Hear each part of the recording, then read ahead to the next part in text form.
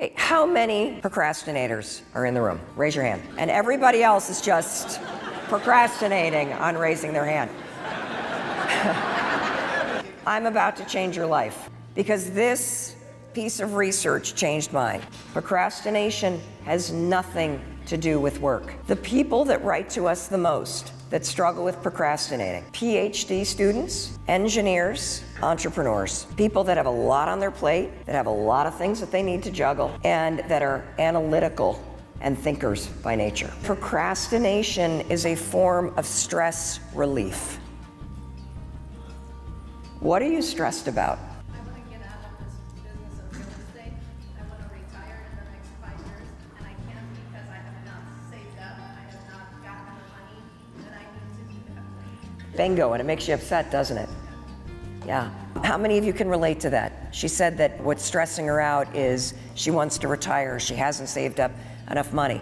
What's really stressing you out is finances and money and the fear that you have. What happens when you struggle with procrastinating, and thank you for being so honest, there's that stresses you out. Maybe you feel the same way. I mean, we felt that way. I know exactly what you're talking about. You carry around this dark cloud because you don't think you're gonna make it and you're stressed about money all the time. Or maybe your mom's health is declining and that really stresses you out. Or maybe your best friends are going through a divorce or you're going through a divorce and that really stresses you out. And so you walk around with this big ass thing on your shoulders all the time. And then you walk into work and you sit down and you've got a list of phone calls to make, which requires your prefrontal cortex. And your prefrontal cortex looks at the list and is like, oh my God, you want me to make 15 phone calls? I've been worried about the money all day. Can we just look at cat videos? I need a break. And next thing you know, 2 hours is gone. You've been online shopping, you've been looking at cat videos, and then of course you look at the 15 phone calls and you're like, I didn't make them. The research on procrastination is undeniable. It's black and white. Number one, all of you that procrastinate, procrastination's not the issue, it's stress. You're procrastinating to give yourself a little break at work. It's sort of like taking a smoking break almost, you know? You're just taking a break. So number one, because you're all stressed out and procrastinators are very hard on yourselves, this is gonna sound super stupid, but you gotta forgive yourself. You have got to actually have a talk with yourself where you feel yourself starting to procrastinate, you go, look, I know I really screwed up. I know I'm in a mess financially. I forgive myself. I'm just gonna do the best that I can. So you have to address the thing that's underneath it. So that self-awareness of knowing, oh my God, here's that stress again about finances screwing me over and preventing me from doing the small things that will actually fix my finances. Second thing that you're gonna do, procrastination's a habit, right? You get triggered by stress, the habit is to procrastinate. So when you get triggered by stress, your new habit is, oh, there's my stress again. I'm gonna actually tell myself, okay, you've done the best you can. It's okay, we're gonna do a little bit today. You're gonna create what we call starting ritual. A starting ritual is something that pushes you to start. The best one on the planet, the 5-second rule. So you've said, okay, there's my stress again. I forgive myself. Now we're gonna 5, 4, 3, 2, 1. I want you to only work for 5 minutes. That's it, 5 minutes. Make phone calls for 5 minutes. Here's what we know based on the research. 80% of you will keep going. The trick is starting. You see, I want to break the connection between the trigger, which is stress, and the response, which is procrastination. And whenever you feel stress, which is normal, you have a choice. Here's that gap. In 5 seconds flat, the habit of procrastinating and beating yourself up will take over. Or you can close the gap, 5, 4, 3, 2, 1, and you can make a different choice. I'm just gonna get started. I'm just gonna be okay with where I'm at, and I'm just gonna get started. Got it? Now what I want to do is I want to talk to you about the 3 strategies that will keep you, the secrets to building an optimistic mindset. You ready? Excellent. Here we go. Number 1, the secret to an optimistic mindset. You got to be maniacal about your intake. Negativity in here means negativity in your body gets stored here and negativity comes out here. It becomes this loop of negativity. And so in order to build a positive mindset, I want you to be maniacal about positive input. That means really watch your news intake. Do not be watching it every day. Get the facts, get what you need to know from a trusted, measured, calm, factual source, and then turn that shit off. Okay. That's number one. Number two, edit your social media. Anything on your social media feeds should be helping you be more resilient, more optimistic, more positive. Anything that you're following that triggers you, that is negative, that rubs you the wrong way. You know, one of the things that I've noticed, I have some favorite celebrities that I have followed for a while because I think they're funny, or I love just kind of their sense of humor. But there are so many people that I have muted right now because I think that what they're doing online is so freaking out of whack. Seeing people give us advice about quarantining from the back of their estates and mansions, telling us to donate when they're not saying they're donating, seeing this kind of tone deaf celebrity thing going on. I'm normally not a negative person about that, but I have muted so many accounts because it's not doing anything for me. And you got to be selfish right now. You have got to edit your social media feeds so that your social media feeds are helping you build an optimistic and positive mindset. And so every day, the second I see something, I mute, unfollow, because negativity in means negativity gets stored here, means negativity goes out there from you. You want to put positivity, optimism, tools, strategies, things that keep you laughing, things that keep you giving you things that you can use right now. The second you start getting overloaded with Corona stuff, mute that stuff, edit your social media based on what you need. That's number one, maniacal about your intake. The second secret to building an optimistic mindset is do tiny things every day that boost your mood. Okay. So we're going to build your mood muscle. If you can, move your body, because negativity gets stored here. And moving your body, we know based on the research, simply moving your body for 10 or 20 minutes a day will release chemicals in your mind that help you boost your mood. The second thing that will boost your mood is I want you to make a tiny promise to yourself every day. Just one thing that makes you feel more positive. Is it getting up on time? Is it eating something healthy? Is it only having one glass of wine or reaching for a mocktail? I want you to put one tiny promise into place. Put it into the comments right now. What's one tiny promise that you can make to yourself that you're going to do every day? It might just be that you're going to wake up every day, take a deep breath, remind yourself that you're healthy, and that's going to be the tiny promise. I want you to do one tiny promise every day, because keeping a promise to yourself will boost your mood and make you feel more in control. Another way to build your mood muscle is have a zero tolerance policy for your own negative thoughts. Right now, as you edit social media and edit your news take and edit your negativity coming in from the outside world, do not tolerate negativity from the inside world. I woke up this morning, I looked in the mirror, I looked at the gray hairs that are coming in, particularly like right up here, and I started to go negative.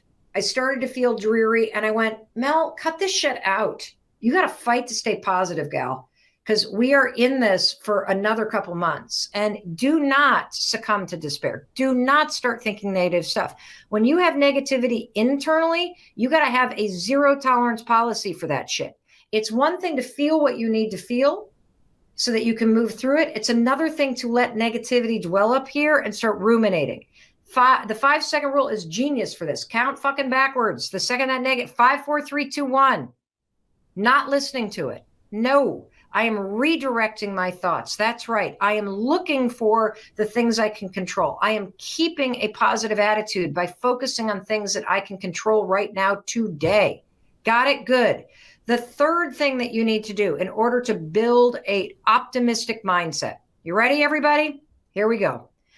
I want you to pick a small 10-week goal that you can control. Why am I saying 10 weeks? I'm going to tell you why 10 weeks. Because I think that we've got 10 weeks ahead of us of physical distancing. I think we've got 10 weeks ahead of us if we do it right, of life in this weird state. And I want you to pick one thing, one project, that's it, for the next 10 weeks. That's your personal project. It's something you can control. You ready? Something you can control. We're talking about how to build the skill of an optimistic mindset. And part of an optimistic mindset is focusing on what you can control. And I don't want you to jump ahead and worry about what's coming in the future. I want you to stay in this moment with me. I want you to realize that if you took on one small project for the next 10 weeks that you could control, something you've wanted to learn, some skill that you would love to have, some deficiency in your resume or your experience that you could gain in the next 10 weeks, there is something called YouTube University. That's right. Professor YouTube has so many tutorials out there. It's amazing. Right now, my husband is taking a Buddhist meditation teacher training class. My daughter is taking 2 classes. She is learning how to be better at Excel because she thinks it will help her with her summer internship. And it's something she was nervous about during the interview process. And she's also taking a painting class. What is one thing that if you were to use the next 10 weeks and we emerge from this and step into the next chapter of our lives, and you have learned something or you have developed a skill that equips you to feel like you are better positioned to step into this next chapter, you will constantly wake up every day and say, today I get to take this class. Today I get to work on this thing. Today I get to spend an hour polishing my Chinese, working on personal development. I see you. I see Himmy Mom building a website. I see Sephora saying she's going to improve her English. I see Nabil saying I'm going to develop editing and online skills. I see LDG, creative, healthy cooking. I see Salio saying I'm going to find a class on YouTube University. What's a 10-week thing? Oh, I see Jack saying I'm going to take a French class. I'm going to learn how to crochet. I'm going to begin an online master's program. If you narrow your span of control to managing your mood, to being maniacal about the intake into your mind, and working on a 10-week goal, you will be building an optimistic mindset, because you will have weeded out negativity in from the outside world, which means negativity won't get stored here and it won't get expressed from you. You will have built your mood muscle by forcing yourself to move every day, by keeping a tiny promise to yourself, and by being absolutely zero tolerance for your own negative bullshit on the inside. 5, 4, 3, 2, 1, redirect your mind to something you can control.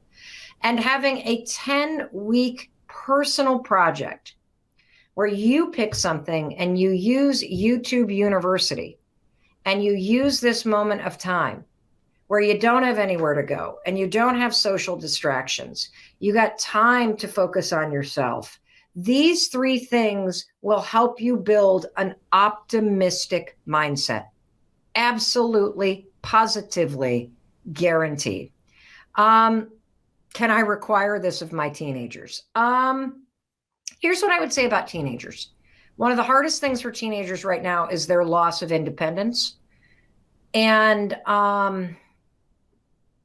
trying to require anything of your teenagers other than showing up for family dinner and creating their own routine, I think is a recipe for disaster.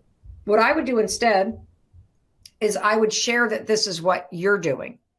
And I would ask your teenagers a question. If you had a half an hour every day where you dedicated it to something other than school or other than being on your phone looking at social media, what's one thing that you never have time to do that you love doing? Is it playing guitar? Is it painting? Is it journaling?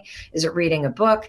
Is it knitting? Is it working on your tricks out on the trampoline in the backyard? What is it? If you ask your teenagers questions, in answering the question, they may find the self-motivation that this is something they want to do.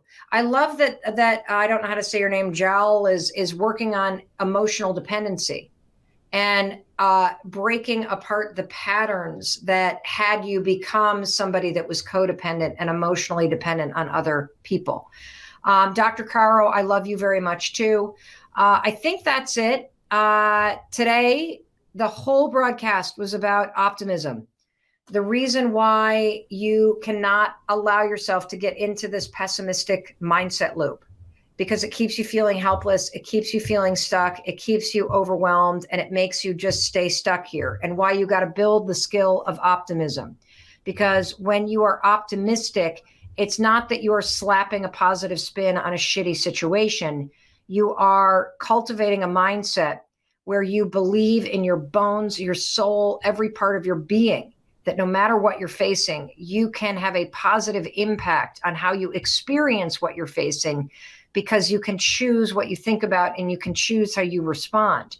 And when you start to develop an optimistic mindset, it creates more optimism. It helps you see solutions and opportunities. It makes you feel more in control. It gives you things that you can focus on. It begets the ability to feel empowered, which only creates more empowerment for you.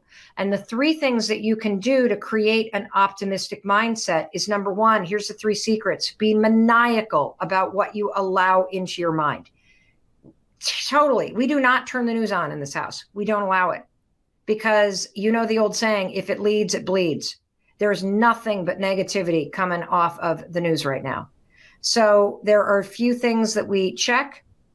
I look at the CDC, I look at the World Health Organization, and I look at the state of Massachusetts website, and that's about it. And I look at what Bill Gates is writing. And once I have the facts, I just focus on what I can control. I focus on my safety. That's it. I've also, every day I edit social media. Your social media should be serving you. If it triggers you in any way, if it creates any negativity, any tone deafness, anything, mute it, unfollow, get rid of that shit. Social media should be a service that is supporting you right now in your efforts to stay positive, to stay empowered, to stay safe, and to stay laughing. That is what you should use it for right now.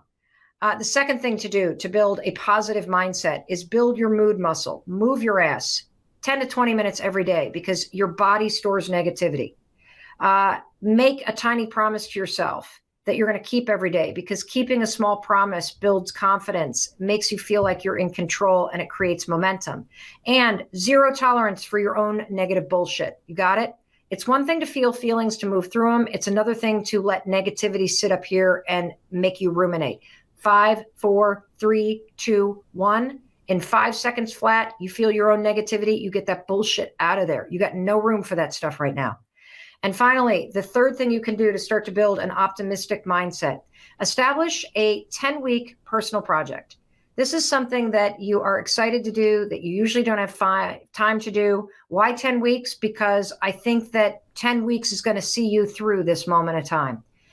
Use YouTube University to watch tutorials. Take small step every single day. And remember this little hack that I taught you. Thank you, Lorenzo in Italy. If you start feeling the stress and anxiety and panic of, I need to do this, I have to do this, blah, blah, blah, blah, blah, blah, I can't get through my to list, I'm totally stressed out, blah, blah, blah, blah. Stop. Take a deep breath. Use these 3 words.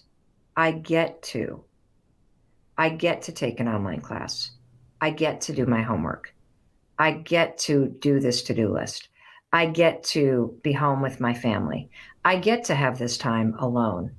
I get to work on myself. I get to fight to be positive. I get to take 20 minutes every day and stream an exercise class. It will flip your mindset into one of optimism, of control, and gratitude.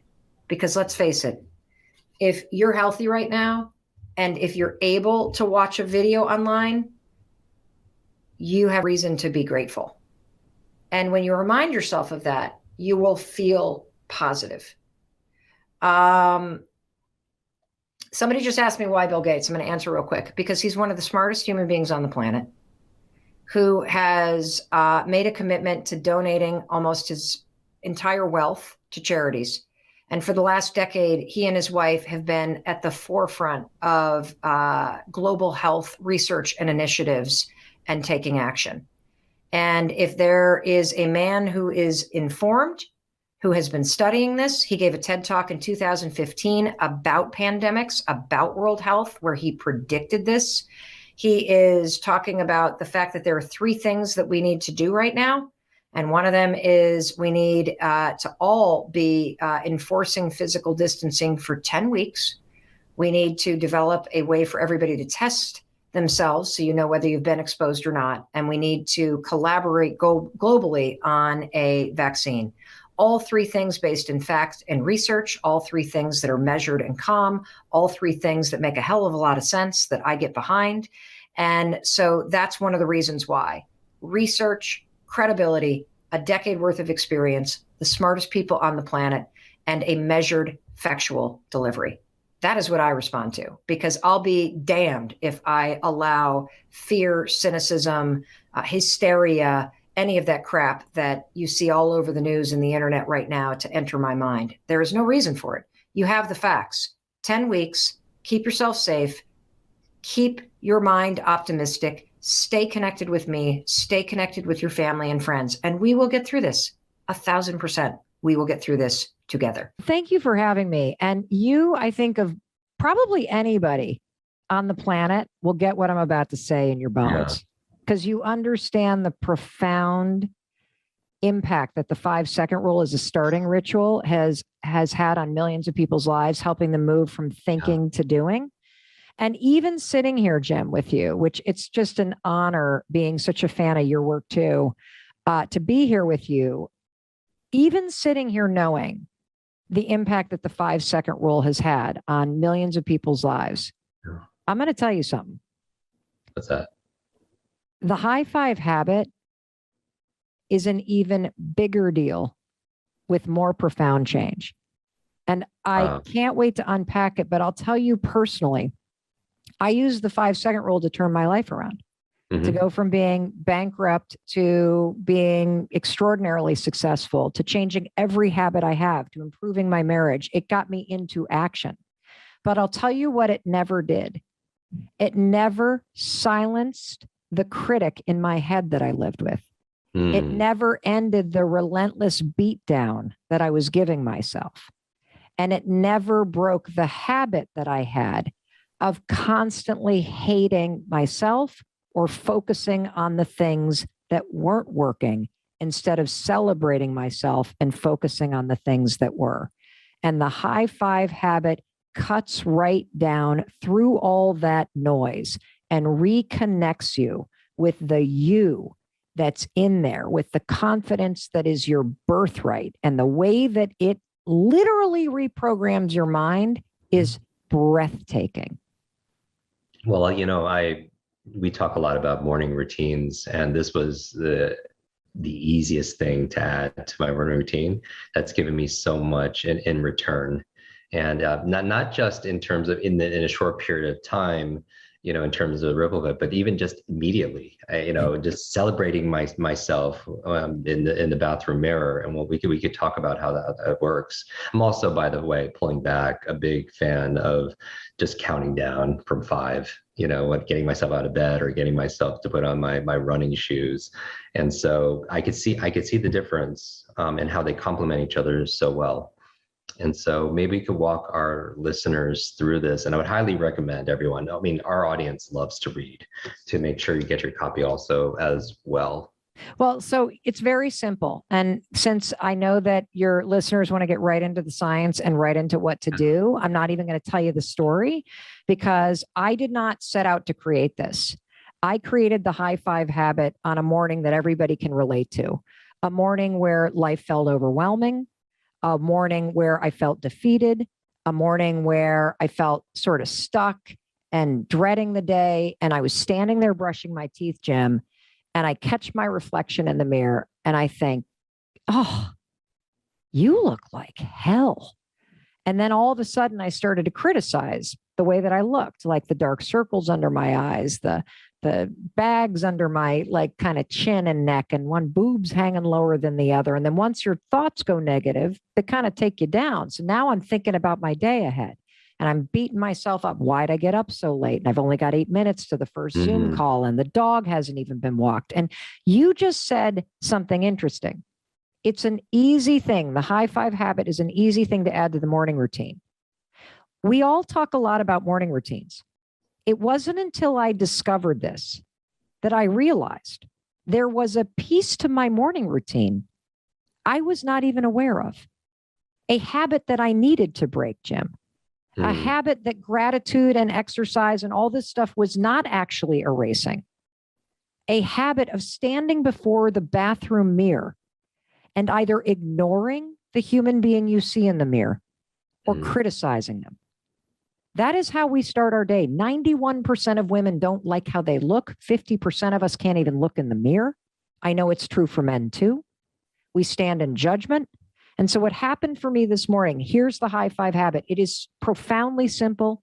It's going to change your life the second you're done brushing your teeth. And I want you to do it right after you brush your teeth, because I want you to stack this habit with something you're already doing. Because you know, because you listen to this podcast, that it's the fastest way to learn a new behavior. Yep. Let's get the gunk out of your teeth so you don't spread dragon breath on everybody. Now let's get the gunk out of your head so you're not spreading negativity throughout your day. As you stand in front of the mirror, I want you to leverage a little piece of research from Harvard. New research shows that if you take less than a minute and you intentionally think about the day ahead and how you're going to show up as a leader, it changes your productivity, your focus, how you show up, and your ability to impact people. Let's throw that out the window in terms of being a leader, and let's look in the mirror and let's use that for ourselves to improve our own lives. I want you to take a second and I want you to realize there's actually 2 people in the bathroom every morning, Jim. There's you and there's a human being in the mirror that's been waiting for you to wake up and realize they need you. They're trying hard. They've got a good heart. They need your support and your encouragement. They need you to see them. They need you to love them. That is literally what I'm talking about when I talk about the high five habit, that you wake up and recognize there is a person you go through life with that stares you back in the mirror every morning, and your habit right now is to tear them down or ignore them. And I want you to set an intention, and I want you to look at them in the morning. And this is going to feel weird because you're going to realize I've never actually asked myself this question. And here's the question. What is that person in the mirror? What is she or he or they? What do they need from me today? We think about it for work, for our families, for everybody else. Yeah. You've never stopped and asked yourself, looking at yourself in the mirror, how do I need to show up for that person today? Then, as you've got that intention, despite the fact that it feels weird, despite the fact that you're going to resist this, and we can talk about why you're going to feel most likely resistance, I then want you to raise your hand and I want you to high five the reflection. And what's amazing about this new habit, Jim, is your brain and your nervous system are already designed to do the work for you. Because also, you mean, you think about how we high five other people, throughout the day. Yep. And to celebrate them, to encourage them, but we're not always doing that. I mean, it's interesting because no amount of love is enough to fill the yearning that our soul requires from ourselves, right? When do we work daily on being in love with that person in the mirror who has been through so much, but is still standing? Yeah. And think about some of the habits that we know based on research change your life. Meditation. Meditation is profoundly important. The benefits you talk about all the time. Meditation develops self-awareness. It also helps you learn how to be non-reactive to your thoughts, but it doesn't change your default thoughts. Yeah. Gratitude, also hugely important, tremendous benefit. Yes, you should have a gratitude practice. However, almost all of us, when we practice gratitude, we think about things outside of ourselves that we're grateful for. And so the high five habit is about bringing the power back in house. It's about giving you a science-backed tool that will teach you through a simple action how to support, how to love, how to encourage, how to celebrate yourself every single day. And let me explain the science, because this is where things get crazy. The reason why this works is because of the programming that's already in your brain. So you have a lifetime of giving and receiving high fives. In fact, Jim, when somebody high fives you or you high five somebody else, what does the gesture alone of a high five tell somebody else? That they are extraordinary, they are amazing, congratulations, you know, you're winning, you know. Exactly. You don't ever high five somebody and say, I hate you. You always high five and you're like, I love you. We got this. No problem. You're, go get them. You're going to win. Even if somebody just blew it, you high five them and it's like, shake it off. Come on. I still believe in you. Let's go. And so all of that programming is right here in the interior of your brain. It's in your basal ganglia. It is in your subconscious. It is sitting there and it is married to the action of high fiving. So what happens is when you stand there, you set this intention, you're with yourself, you see yourself, you feel the resistance, you ignore the resistance, you go to high five yourself. Your brain's like, oh, I know what this gesture means. It activates the subconscious programming. It silences the critic and the beatdown. You can't think anything but positive thoughts. It's impossible neurologically because of the programming already in your brain. And then over time, if you do this, give me just 5 days. You do this 5 days in a row, fight through the weirdness because it's new and the resistance because you have the opposite habit. You judge yourself, you reject yourself. When you high five yourself, it silences that. It activates the programming that's already in your brain and it starts to marry it with your own reflection. And that's not all. I talked to our buddy, Dr. Amen, the other day. He went bananas when he heard about this. He's like, Mel, holy cow. Do you realize you also get a boost in your mood because when you high five other people, you get a dopamine drip. So you get a dopamine drip when you do this to yourself. He also said, you know how when you come into the bathroom and you're kind of dragging in the energy and when you high five yourself, whether it's because you laugh or because you just kind of feel good, you get this little like pep in your step. So you start your day feeling slightly more energized. I'm like, yeah, Dr. Amen, tell me about that. He said, well, that's your nervous system. Your nervous system is encoded with celebratory energy. When you cross a finish line, you raise your hands. When your favorite team scores, you raise your hands. When you say hello to somebody, you raise your hands. When you hug somebody, you raise your hands. When you high five, you raise your hands. Your nervous system remembers it. That's where the energy comes from. The coolest thing about the high five habit, Jim, is the programming is already in you because you've been doing this your whole life for everybody else. Yeah. And we are hardwired for this. Hardwired. In fact, when you were born, DNA, in your DNA was celebration and joy. Little kids, when you see them in front of a mirror, they don't step back and go, my thighs are fat. Man, I'm a loser. They don't do that. They spin, they high five the mirror, they kiss the mirror, they love themselves. This is your birthright. It was your life experience that taught you to judge and reject yourself. And I'm here to tell you this simple habit of standing before the mirror and raising your hand and high-fiving yourself like you so willingly do for everybody else. Yeah. You don't have to say a thing. You can have resistance. You can feel that it's weird.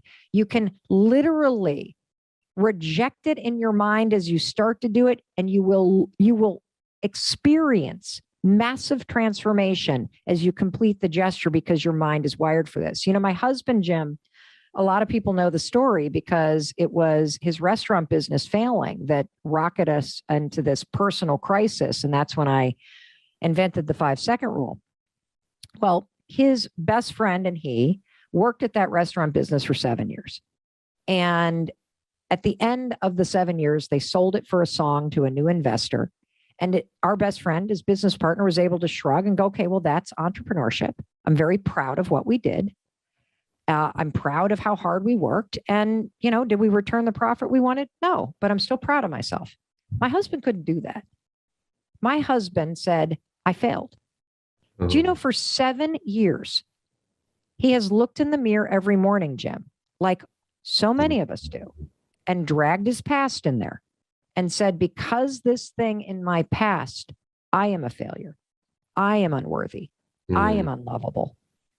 When I first started this high five thing in April of 2020 to pick myself up after getting fired from my dream job as a talk show host and in the throes of the pandemic and my kids in crisis and the world in crisis and just feeling overwhelmed, Chris couldn't do it. And the reason why he couldn't do it is the reason why everybody's resistant to doing it. It's because he was dragging all of that judgment and everything from his past into the bathroom every morning. And he was saying, because of that experience, I don't see a human being that's worthy of celebration. So if you've experienced trauma or abuse or discrimination, or you've been abandoned, or, you know, you're a human being and you've done things you've regretted, or you wish you could change and you'd forgive Jim or me for it, but you stand in judgment of yourself, you will resist this because right now you see a human being who doesn't deserve celebration. If you're like Jim and I, and you are very much achievement driven, you may realize as you resist this that you don't celebrate yourself unless you've done something, unless you've worked out, unless you've got the money in the bank, unless you're driving the Range Rover, unless you fix that thing. And what I'm here to tell you is we got it all opposite, Jim. Yeah. You see, we've been withholding the very support and celebration that we need in order to feel inspired, encouraged, and motivated to take the actions that change our life. So let's talk a little bit about confidence, okay? First of all, I've already said it's a skill. It doesn't matter if you were born the most insecure, thumb-sucking, abused, pathetic soul of a human being. You can build the skill of confidence. It doesn't matter if you came out of the womb super ego-driven and larger than life and confident and all that stuff. You still have a lot of work to do when it comes to confidence, authentic confidence. So let me talk to you about what is the skill of confidence. Okay, you ready? My definition of confidence is not belief in self. What you're going to learn about Mel Robbins is that I love evidence-based advice because I'm kind of skeptical. You know, I was trained as a lawyer. Life has kicked me around a little bit. I kind of cross my eyes at people that are very kind of motivational. And, you know, I'm like, well, it's easy to do the inspirational stuff, but what's the depth, right? What's the depth? And so when I think about confidence and my definition of confidence, I looked at the research on confidence, okay? And there's really good news here. The first thing you've already learned, it's a skill. The second thing that you are going to learn that's really good is it's very simple to build the skill of confidence. And you can do it through repetitive actions every day, very simple little things that will slowly build up the reservoir of confidence. And here's the definition I want to give you of confidence. Confidence is the willingness to try. That's it. I'm going to say it again. Confidence is the willingness to try. That's it. That's all that it is. And the reason why I like this definition is because this definition that I have created for confidence, which is the willingness to try, is based in the research around confidence. So if you want to learn more about this, Google confidence competency loop. Okay, I'm going to show it to you. I'm hoping that this is not broadcasting backwards. Okay, this is my fancy little graphic. Okay, this is what we call a confidence competency loop. I did not invent this. This is something that people who research confidence for a living have created. And I've highlighted this because this is where confidence begins. It begins with the willingness to try, because I'm going to show you what ends up happening if you're the kind of person who trains yourself. Notice the words I'm using. trains. We're not going to sit around and wait for motivation. We're not going to wait for courage. We're going to manufacture those things. And this is where the 5-second rule is so transformative. Now, for those of you that don't know it, I'm not going to spend a lot of time explaining it. I'm going to give you the shortcut. It's just a simple brain hack backed by tremendous evidence that I created at the worst moment of my life that turns out to have extraordinary science behind it. All you do is in a moment where you feel doubt, insecurity, fear, anxiety, procrastination, perfectionism, PTSD, OCD, anything that you might possibly have that would rise up to block you, you simply count backwards, 5, 4, 3, 2, 1. Okay. And you got to count backwards, 5, 4, 3, 2, 1. And what that will do is it will shift gears in your mind. Instead of being stuck here in the part of the brain that keeps you stuck worrying and thinking and having a bias towards overthinking and being a perfectionist, you're going to go 1, 4, or 5, 4, 3, 2, 1, and you're going to try. Now, this is what's going to happen. The first time you try, you will fail. That's really good news. You want to know why? You learn by failing. You learn by failing. Do you realize that's how you've always learned?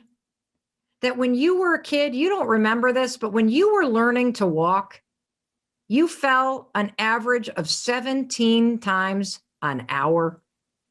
You actually learned to walk by falling. And so you learn everything when you fail.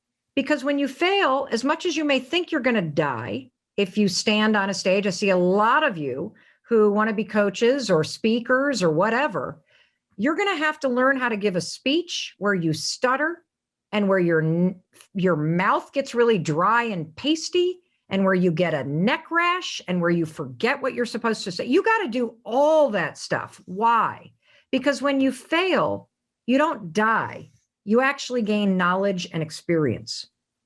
And that's the gift of failure, because you then take that knowledge and that experience and you go right back to the next time. And then you try again. But this time when you 5, 4, 3, 2, 1, try, you're going to take your knowledge and experience with you and you're going to fail a little bit less. And what you're going to learn there, you're going to take right back to the next time that you try. And every time that you fail, you're gaining knowledge and experience. And you take that to the next time that you try. And you're going to go like this, and you're going to go like this, and you're going to keep going and going and going and going and going. And every time you 5, 4, 3, 2, 1, you push yourself to try, you gain a little bit of competency for the next time you're going to do it. And every time you gain a little bit of competency, your mastery goes up. And that's when you start to feel more self-assured. And that muscle, everybody, of trying, that is where you build the skill of confidence, which is the willingness to not be so damn serious and hung up on being perfect and being worried about looking stupid. And instead, you're willing to lean in and try something.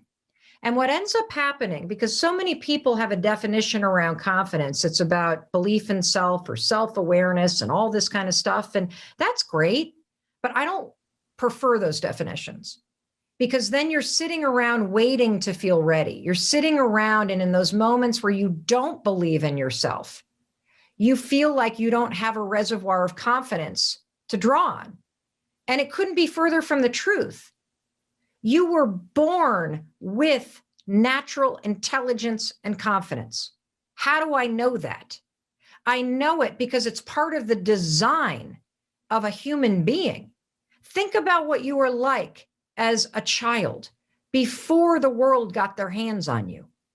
You just let whatever you were interested in pull you forward. You would crawl towards or tumble toward anything that you were interested in. You'd try anything. You'd crawl up to a mirror and stick your hands on it and lick the thing you loved yourself so much. But life got its meaty hands on you and started telling you no. Do you know the average kid hears some version of the word no, some redirection almost 400 times a day? So you became cautious. You started holding yourself back. You started thinking before you tried things. You started worrying about feelings. This is where it all begins. But you were born knowing how to do this. And the other reason why I know this is true is because you wouldn't know what it felt like. You wouldn't miss it if you hadn't once felt it. You wouldn't know any different. So I want you to know it's in you. And we got to just remove the block that life put in place and teach you that even in those moments where you doubt yourself, even in those moments where you're afraid, even in those moments where you're insecure, you can try. And it's in the skill of trying that you gain the competency, the knowledge, and the expertise that helps you become better and better and better. Because here's the trick. You know, the more experienced you become in something and the more you master it, the less stressed out and anxious and worried you are about doing it. That's how that sort of belief in self comes. The belief doesn't come first.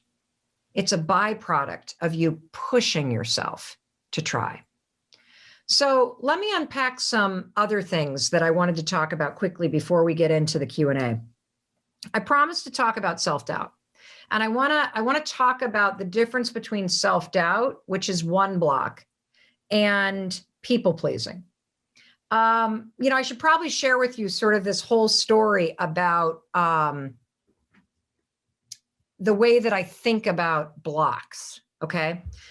So, again, I'm working on this book about this. And the other day, this was this fall, I went out to Los Angeles to move my daughter into her off-campus apartment. And she's got this huge kind of laundry room in the basement. You know, have you ever been in a laundry room, like in a commercial space where they've got all the lines of dryers? And so I was washing her sheets like, moms and dads do when they move their kids into their off-campus apartments. And it was the final load of the day. I go downstairs to the basement and I open up the dryer and I'm like, that's funny. The sheets aren't dry yet. And so I put in a bunch more quarters. I hit the button. I leave. I go out the door and I hear, and I'm like, that can't be my dryer. What?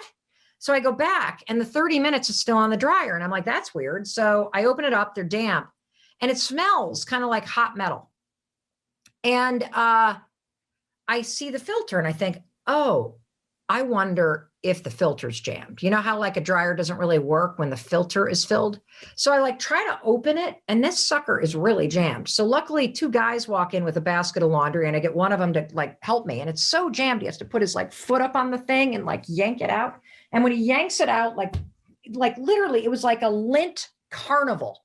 I don't think anyone of the kids that live in that building had ever pulled that freaking filter out of that dryer. There was a disgusting stack of lint, like this freaking big, you guys. It was like gray and blue and black and red. And it was like artifacts. It was like an archaeologist of laundry lint. I'm like, it's disgusting. So I pull that thing off. And then the janitor walks in. And he's like, these damn kids. And this is going to start a fire.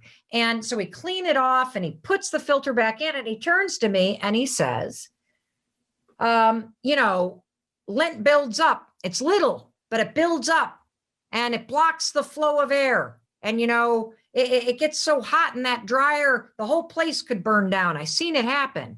And then he goes, but now that it's clear, the dryer can do what it's designed to do. And it gave me the biggest aha. And this is what I'm writing this book about. There is a filter in your mind called the RAS. It's called the Reticular Activity System. I like to call it the red Acura spotter because the way that this filter works, think about it, it's like a giant hairnet on your head, okay? The way that this filter works is that it blocks out things that it thinks is not important to you, and it only lets in 1% of what's going on in the world. And here's the interesting thing. It can be programmed. It's very nimble. If you've ever gone out to buy a car, have you ever noticed that all of a sudden you go into the dealership, you're like, oh, I like that red Acura. And then the next day, what do you see everywhere? You see red Acuras because your RAS, the hairnet on your brain, the filter that influences absolutely everything that you think and do. By you going to shop for a car, it has gone, oh, ding, ding, ding, hold on. Mel Robbins is interested in red Acuras. Let them in. Let the red Acuras in. And all of a sudden, every red Acura is now getting in through the hairnet in your brain. Okay? So this is good news, because if you decide that that dream that is meant for you is something that you want, you can program that sucker to let in information that is related to it. And suddenly it becomes so easy to spot opportunities and easy to gain momentum and easy to try. Here's the problem. You ready? Your freaking filter is trapped with mental lint. That's right. You want to know what Lint stands for? Because I'm a freaking genius. Lint stands for those moments when you lose inspiration due to negative thoughts. Thank you, everybody. I know I'm a genius. You can read all about it this fall. So you've got a filter that could help you make everything happen. But you want to know what? You've got this layer of crap in your brain, just like that dryer vent had a layer of lint in it because nobody had changed the filter. You cannot do a load of laundry, people, without creating lint. And you cannot go through a day in your life without having some sort of negative mental lint build up. You have a lifetime of lint that is clogging the filter in your brain. I know it. I can teach you how to remove it, and it's impacting your willingness to try. And the two forms of lint, there are 5 of them, but I'm going to talk about 2 of them right now. The first one is doubt. And doubt is the kind of moment when you lose inspiration due to the negative thought, it'll never happen for me. You want to know why Mel Robbins has never done a live event? Ever. I've never done any kind of live event on my own. You want to know why? Because I've got negative crap built up from childhood that makes me say, no one will show up. True story. Tell me if you've been to an event in a stadium that I have produced. You haven't, right? Because I too have lint in there. And here's the great thing, just like that dryer, when you realize you have a filter that needs to be checked and you've got a filter in your mind that needs to be cleaned every day, once you spot the lint, it's easy to go, oh my God, look at that bullshit. Get that out of here. Come on, Mel, please. Once you clear away the doubt, it will never happen for me. You can go, oh, look at that stupid lint. There it is again. It'll never happen for me. I don't think so. Wipe that stuff away. Now you can use the definition of confidence. I'm willing to try. Whether it happens or not is irrelevant. I got to be willing to try. The answer really is already in you right now. Of course it is. Like if I were to ask you, Peter, hey, Peter, I was bankrupt and I was fighting with my husband all the time and drinking too much. How could I change my life? What would you tell me to do? Yeah. Say, look for a job, Mel. Stop being a bitch to Chris. And you might want to consider sobering up. The answers are easy. It's the actions that are hard. Instead of being addicted to information, which to me is a form of self-doubt. Mm-hmm. If you need a credential because legally you can't own a nail salon without the license, get the credential. If you're getting a credential because you're scared shitless about selling yourself, it's time to start selling. Because the credential is not going to solve the self-doubt. The only thing that solves self-doubt is action. It's really that simple. And the other thing that we fixate on is you fixate on the big stuff.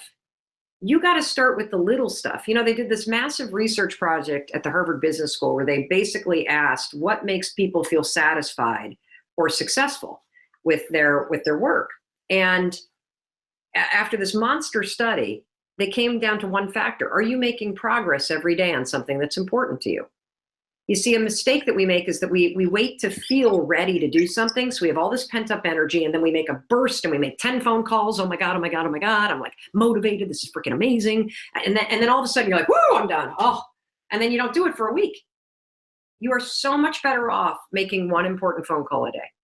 so much better off because you're seeing yourself make progress on something every single day.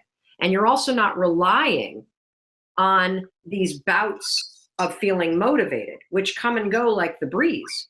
How do I avoid busy action and only apply that to the right actions? She's just not sure what actions to take. And I'm sure you've been there as I have. What do you tell her? Well, so first of all, I think any action that you take is a good one, even if it's busy, right? So 5, 4, 3, 2, 1, get moving, stop thinking, do what you need to do. When you notice that you're just focused on the busy stuff and your wisdom, your instincts are telling you you're avoiding the big thing, that's a moment of power. 5, 4, 3, 2, 1, go focus on the big thing. The other thing that's going to help her is if every morning you, in those 20 minutes that you find for yourself before you look at the phone and you plan your day, come up with your priority for the day that matters to you, like some project you're working on, something related to your business, and then identify the one thing that you're going to do that scares you today to drive the business forward. That's it. If you were to just do one thing a day that's outside your comfort zone with your business, you'll be shocked at where your business is 6 months from now. Just one. I'm not asking for big shit here. I'm asking for one thing. And do it even though you don't feel like it. So you didn't always know exactly what action to take. You were just taking action and adapting and adjusting along the way. No, I feel like there are some people in life that I think are like gifted with OCD or like on the spectrum Aspergery that are super like focused and they know exactly what they want and they can just march right towards it and that's how they go. I'm not like that. I have to stumble into things. So what happens for me is my instincts tell me something. And then I go and take action to do it. And then as I'm doing it, I gather all this data that tells me I hate, oh, what the heck? Hold on, this is CNN. We got to decline that. Tell them goodbye. Data that informs me. I'm going to give you an example, okay? So I had tremendous success in the speaking business. I went from zero, never had been paid for a speech, to literally the most booked woman in the world in 3 years flat. Crazy. And there's a number of reasons why. Number one, the content's terrific. I'm also a really good public speaker. There's not a lot of women on the circuit, but more importantly, I behave in a way because I know that the number one asset in business is make the people you're dealing with know that they matter. Take care of everybody you deal with, everybody. The event planners, the speaking bureaus, everybody has something that they're worried about. You get rid of the worry, you make them feel like they're important. Everybody wants to be around you because at the end of the day, we all want to know that we matter. So if you do business with people that make you feel good, you want to do more business with them. And so it's a really, really simple thing. I call it, my philosophy about human beings is just be a fan. Just cheer for everybody. There's so much success to go around. People have really difficult lives. They make things really hard for themselves. Make their life easy. Make them feel great. Give them a hug, smile, compliment them. Be generous. Don't be a pain in the ass. Like literally, it's that simple. So I explode. Now here's the thing. I thought when I started the speaking business that it would be really amazing to just for the rest of my life be a speaker. Here's what I discovered. There are so many aspects of running a speaking business at this level that deplete the hell out of me. I hate being alone. I hate traveling that much. I really don't like the fact that when I get off the stage, I don't have contact with the audience anymore. What energizes me is conversations like this. What energizes me is hearing from people, connecting with them, the ongoing stuff. And so a year ago, I made a decision, I got to shift the business. Now, it's already a really successful business. And you watching this, your business may be wildly successful too. Let me ask you a question. What aspects of your business energize you? And what aspects deplete you? There's an enormous business opportunity for you right now to simply align your business with the things that energize you more. So for me, that meant, how do I take this significant revenue and duplicate it, but not get on a plane? How do I reach people with these ideas and inspire them without having to be away from my family? How do I have an ongoing connection? because those are the things that energize me. And so I made a huge pivot. We cut the number of speeches in half and we launched an online course business. We are now in the audio products business. And so that, because it energizes me, because I have an ongoing connection with people. Other than talking to you, which is fucking awesome, hearing from everybody what they got out of this, seeing your photographs of you with the phone and 5, 4, 3, 2, 1, and then getting the post that you actually closed a big deal. That is so cool because I see that you're changing. That is what is amazing. Now, here's the other thing, guys.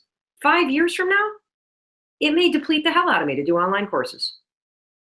Something else, live events, might energize me. So I will make that pivot. So when I said in the very beginning, Peter, there's only one you, and you've got this whole casserole of experiences and interesting wisdom, that depleted versus energized data is that wisdom. Use it to your advantage in business. If you freaking hate selling, hire somebody to do it for you. Pay attention to what your instincts are telling you. I'm not great at managing people. I don't have the patience to explain everything, you know? I'm not great with details in terms of production management. It depletes me.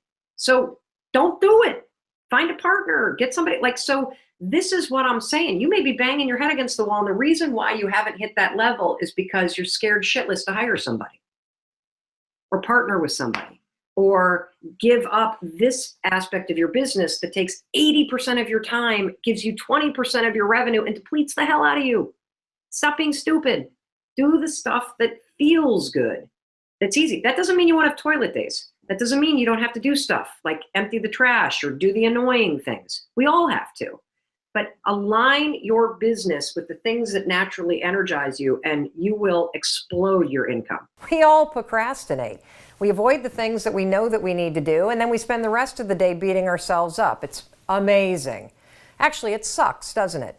So how do you stop procrastinating? Oh, simple. Just nail yourself to a chair. That's what you do. You tell yourself no booze until you get it done. That works. No, it doesn't. The reason why these things don't work is because most of us don't even understand what procrastination is. I know I certainly didn't. The reason why you procrastinate is not why you think. Procrastination has nothing to do with work. Procrastination is a stress reliever. That's right. It's a tool that you use to give yourself relief from stress that you feel. And the stress that you may be feeling right now might be stressed about money. You might be stressed about your health. Maybe you're stressed about something going on at work or about a relationship that you're in. And the way that this relates to procrastination is you're stressed out, you got work you know you need to do, but instead of doing it, you go online or you watch the highlights of last night's game or you waste an hour looking at Facebook. And when you do that, when you avoid work, it makes you feel good, but just for a minute. See, this is where we get procrastination all wrong. A lot of people think procrastination is about willpower, or it means that you're lazy. It has nothing to do with that. It's all about your stress. That's why your work ethic or discipline, that's not going to solve this either. The key to stopping procrastination, number one, is understanding what it is. It's a way that you deal with stress. And number two, it's about 5-second decisions that stop the cycle of procrastinating. Because when you change your decisions, you're going to change everything. And here's how you're going to use the 5-second rule to do it. When you catch yourself procrastinating, or you feel yourself starting to avoid what you need to do, use the rule. 5, 4, 3, 2, 1, activate your prefrontal cortex, and then acknowledge. Acknowledge that you feel stressed out. That's the first piece. Then you're going to use the 5-second rule to just get started. That's it, for 5 minutes. That's all I'm asking. Force yourself. I'm stressed out. I get it, but I'm going to work for 5 minutes. 5, 4, 3, 2, 1, sit down and get started. After you've worked for 5 minutes, give yourself a break. Watch all the cat videos you want. I don't really care.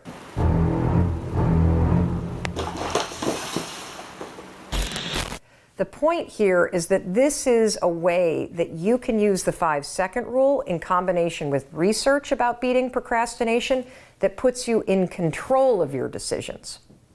Stacy found that when she used the 5-second rule to improve her relationship with herself, There was an amazing result. She stopped procrastinating. In her words, your rule has helped me grow in ways I never thought possible. I no longer procrastinate on anything. And the same is going to be true for you, because when you understand that procrastination is something that you do when you're stressed, and you also understand that the secret to beating procrastination, which is a habit, is to just get started. Now you can use the 5-second rule to leverage all the research that will help you end the habit of procrastinating once and for all. To learn more about the science behind why this works, why just getting started is the key, and all of the science behind it, I want you to read chapter 11 of the 5-second rule book. And it's available on Amazon, Barnes & Noble, and at your local bookstore. I cannot wait to bring on fitness coach Peter, who is losing his motivation over in Ireland. So let's see what he has to say right now. Hello there, Mel, team, and the phenomenal community. I'll stay connected. My name is Peter, and I'm dialing in from the Republic of Ireland. And I've got this question based on today's live stream topic, positivity. I'm a fitness coach, and I feel like I've been inspiring, motivating, teaching how to deal with different obstacles, my clients, my family. But on most days, especially now, I am feeling I'm losing the ground under my own feet, and I'm struggling with finding that constant flow of positivity. So my question is, how can I find that balance within my own? So thanks very much for everything you do. Stay blessed, stay well. Thank you again. All right. So there were a couple things about the question. First of all, Peter, thank you so much for sending your question all the way from Ireland. And you said a couple things that jumped out at you. You are losing the ground underneath you, and you are seeking advice about how to stay motivated consistently.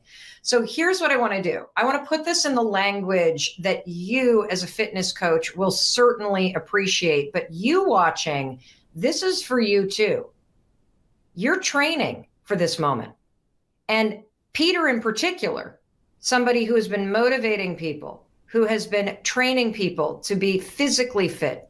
You have been training for this moment your entire life. And you got to view this moment like a test. And what is the test testing? It's testing who you are. That's part of the race right now, how you show up for it, right? It's not a matter of how you finish it. It's how you show up for it and what you do while you're running it, the kind of racer that you are. And look, I get it. This is a very difficult race that we're all running because we don't know where the finish line is. And it is very, very hard to stay motivated, which is the advice that you're seeking, Peter, when you don't even know when this damn thing is ending.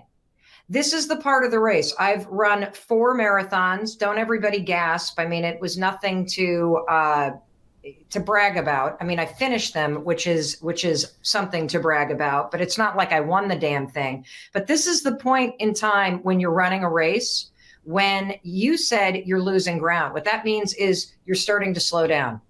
You feel your legs getting heavier. You feel your breath getting a little bit more shallow. You start to wonder, oh shit, why did I sign up for this thing in the first place? You start to wonder if you are going to make it. And so here's what I'm going to tell you, Peter. When you are coaching your clients and your clients start to lose ground, when you are coaching your clients and your clients don't feel motivated and they feel tired and they feel like giving up and they don't want to do another set of burpees, what do you tell them? You tell them to dig deeper. You tell them to find the strength within them to keep going. You see, what you need right now is you need to start building the motivation of your mind, because motivation doesn't exist in your body. It comes from up here. And what I hear is that you now have an opportunity. This is what the test is, Peter, to train harder because you are capable of so much more. This is handing you a moment where you get to become an even stronger and more capable version of yourself. Now, does that mean that you're going to be motivated all day long, every single day that you wake up? No. But it means you've got to have the mental fitness right now to continue to get up, to show up, and to dig deeper when it comes to your mindset, when it comes to your attitude, when it comes to your just knowing that you are going to get through this. And so this moment, everybody, it's telling you who you are. It's telling you whether or not you're the kind of person that shows up to a challenge and you're pissed off, or you're sad, or you feel depressed, or you feel despair, or you feel all of these things that start to take you down the drain of negativity. And what I'm here to tell you is that you are built for this moment. You may not feel like it. You may feel sad. Those are all normal feelings. You may feel negative. It's very easy to do. You may start to feel a little bit of despair. That's going to come and go. But this is where the test of this race that we're currently running lies. When those feelings rise up and you start losing ground and you start feeling like you're not going to make it to the finish line and you start feeling unmotivated, can you dig deeper and remind yourself that you were built for this moment? Because one of the things that I know is that when the shit is hitting the fan, I guarantee you there are people in your life that are looking to you. There are people in your life, whether it's clients or colleagues or family members, that are looking to you right now. You know what that tells me? That you're the kind of person that people rely on. And now is the moment in time in the race that we're all running where you got to teach yourself to rely on yourself. How do you do that? How do you build the muscle of the mind? It's very simple. Very simple. I didn't say easy. I said simple. The steps are very simple. To win this race and to build strength in this muscle right up here, you got to focus on the shit you can control. And that is what you do with your body and what you do with your mind. And the one thing that has made a huge difference in me, because you can see that I am showing up as a very different Mel Robbins than I've been the last couple of weeks. The last couple of weeks, I have been losing the race. I've been going up and down. I've been doing my best to stay positive, but I am now back in the race. I have now found my ground and found my footing. And it comes in focusing on what you can control. And you know what you can control? There's only one thing. It's what are you doing to make this day the best day that you can do? What are you doing to master this day today? Fuck tomorrow. Forget about next week. Forget about what's happening this summer. This is a race that will be won by those of you who are the ability to focus on today and making today amazing. And so you know what I did today? Today, I did something I haven't done since the beginning of this quarantine. I got up an hour earlier than I normally do. Why? Well, because I noticed that throughout my day, I was feeling behind. Throughout my day, even though I was waking up, even though I have a morning routine, even though I was getting stuff done, I felt, even though I was doing all those things, somehow behind. And I realized that in order to master my day, in order to be fully in control of what I'm going to do today, I got to make sure that when my ass hits this chair at 9 a.m. and my workday starts, I have fully taken control of everything that puts my body and my mind first. And when I was honest with myself about why I was losing ground and why I wasn't feeling motivated and why I was starting to feel my own energy cycle down, it was because I was not taking the time in the morning to give myself the mental prep and training and the physical prep and training so that I could make this day, today, April 14th, with everything that I got. And so that's what you need to do. And that's what, Peter, you need to do too over there in Ireland. You need to remind yourself of who you are. You are a person who has been training for this moment your entire life. This is a race where you do not see the finish line, which means you have got to focus on today. You have got to focus on what you can control. And the only thing we can control is what our body is doing today and what we allow our minds to focus on. So the second your mind starts to go down that drain of, oh my God, what's going to happen? And this fall, and when's it going to end? And blah, blah, blah, do. And you feel yourself losing motivation and losing ground. We are done mourning this situation. We are done feeling sad about this situation. How about we give ourselves a collective bitch slap? We dig a little bit deeper and we show up for this situation. What else are you going to do? Feel sorry for yourself, lick your wounds. It's so much better when you decide to dig deep and you decide to show up. That's what I'm going to do. Some days it's going to be harder than others, but that's the whole point of getting stronger. Reminding yourself that you are capable of so much more. And all of the emotions that you're feeling and all of the excuses that you're feeling, it's all normal, but it's a choice as to whether or not you listen to them. So, Peter, keep me posted on how you're doing.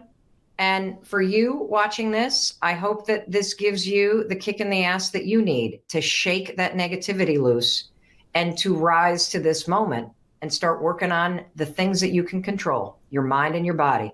And in case nobody else tells you today, I'm going to tell you, I love you. I believe in you. I don't care how tired you are. I don't care how sad you are. I don't care how overwhelmed you are. Get your shit together, because this is the new reality. And you can make today a better day by focusing on what you can control. And I'm going to be here every day, annoying, as positive as I can be, to push you to remember that. And if you're wondering, how the hell do I get on this and get this motivation from Mel and ask her a question and get the tough love that I need and seize the opportunity in this moment, just text your question. See the phone number below? That is our texting community. Get yourself on it. Ask a question. When you text it, there will be something that comes back to you. You got to reply in order to opt in. Ask the question. That way my team can reach out to you. You could find yourself on a future video. How about that? All right. You go have a great day and dig a little deeper today. Okay. I have to confess something to you. I am procrastinating right now. I'm stressed out. I'm overwhelmed. My manuscript is due in a matter of 24 hours or so. And look, I'm even losing my train of thought in this video. And instead of working on the manuscript, I've become a passenger to my stress, and my stress has triggered me to take on a project. See this fridge? It would be empty. It has no shelves remaining in it because I thought the day before my manuscript is due, maybe you should spend a couple hours pulling the refrigerator apart, take everything out, put it on the counters. Why not hand wash all of the shelves there for the fridge? Because, you know, that's going to help you with the manuscript. Oh, and the piece of glass, that's going to help you with the manuscript that is right here that needs your editing, Mel. Oh my God. You know, it's so funny because the book that I'm writing, it's so awesome. I can't wait for you to read it. It's called The 5 Decisions.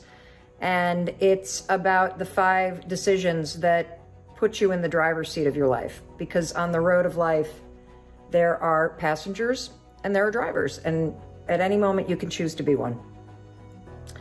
Either a passenger or a driver. And right now, I'm a passenger to my stress. And the key to being a driver in your life is recognizing when you get hijacked by old patterns, when your stress and your uncertainty and your anxiety kicks you into autopilot mode and you distract yourself and engage in patterns of behavior like avoiding what you need to do.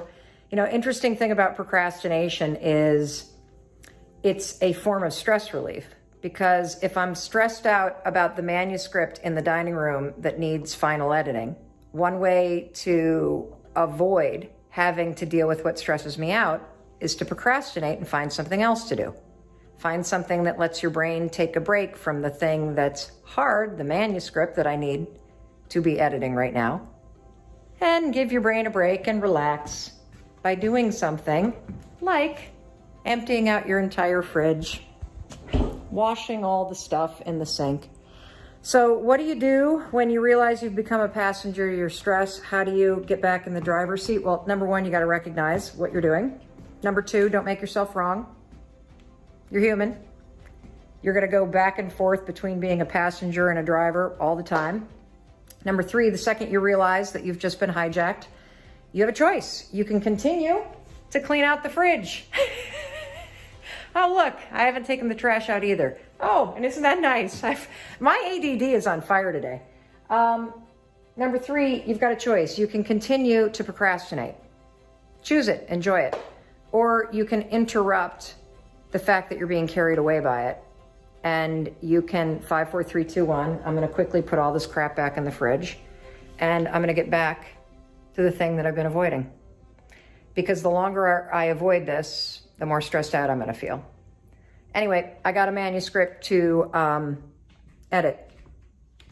What is your limiting belief? What is the thing that you think about yourself?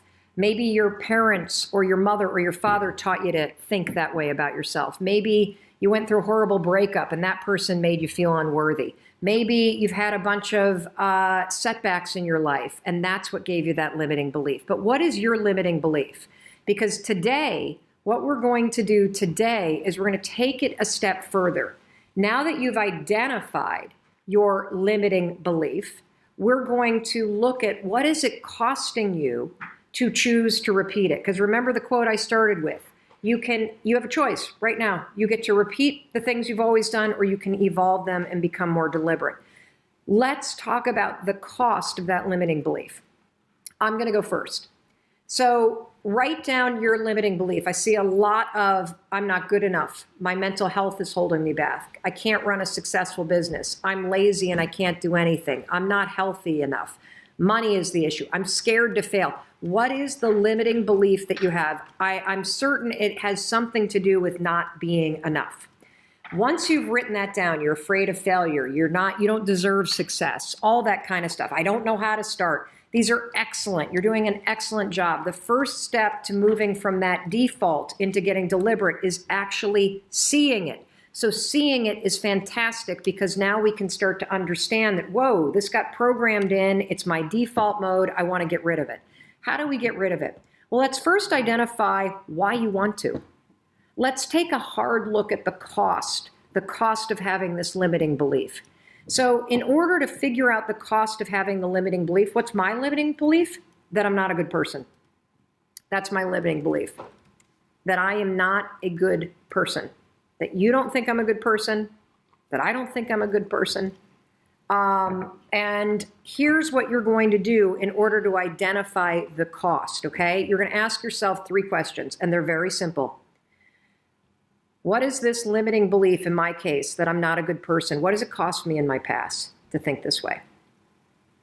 What is it costing me in this present moment to think that I'm not a good person? And here's the kicker. If I don't evolve this, if I don't get deliberate, what is it going to cost me in the future to continue to think that I'm not a good person? So in the past, thinking that I'm not a good person, it did a bunch of things. First of all, it made me very sad.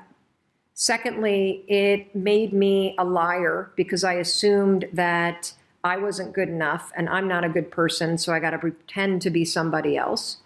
It also made me cheat on people because I didn't think I deserved love. And it also, by believing that I wasn't a good person, it somehow justified the bad behavior. I mean, if I'm a bad person, then I do bad things, right? What does it cost me in the present to believe that I'm not a good person?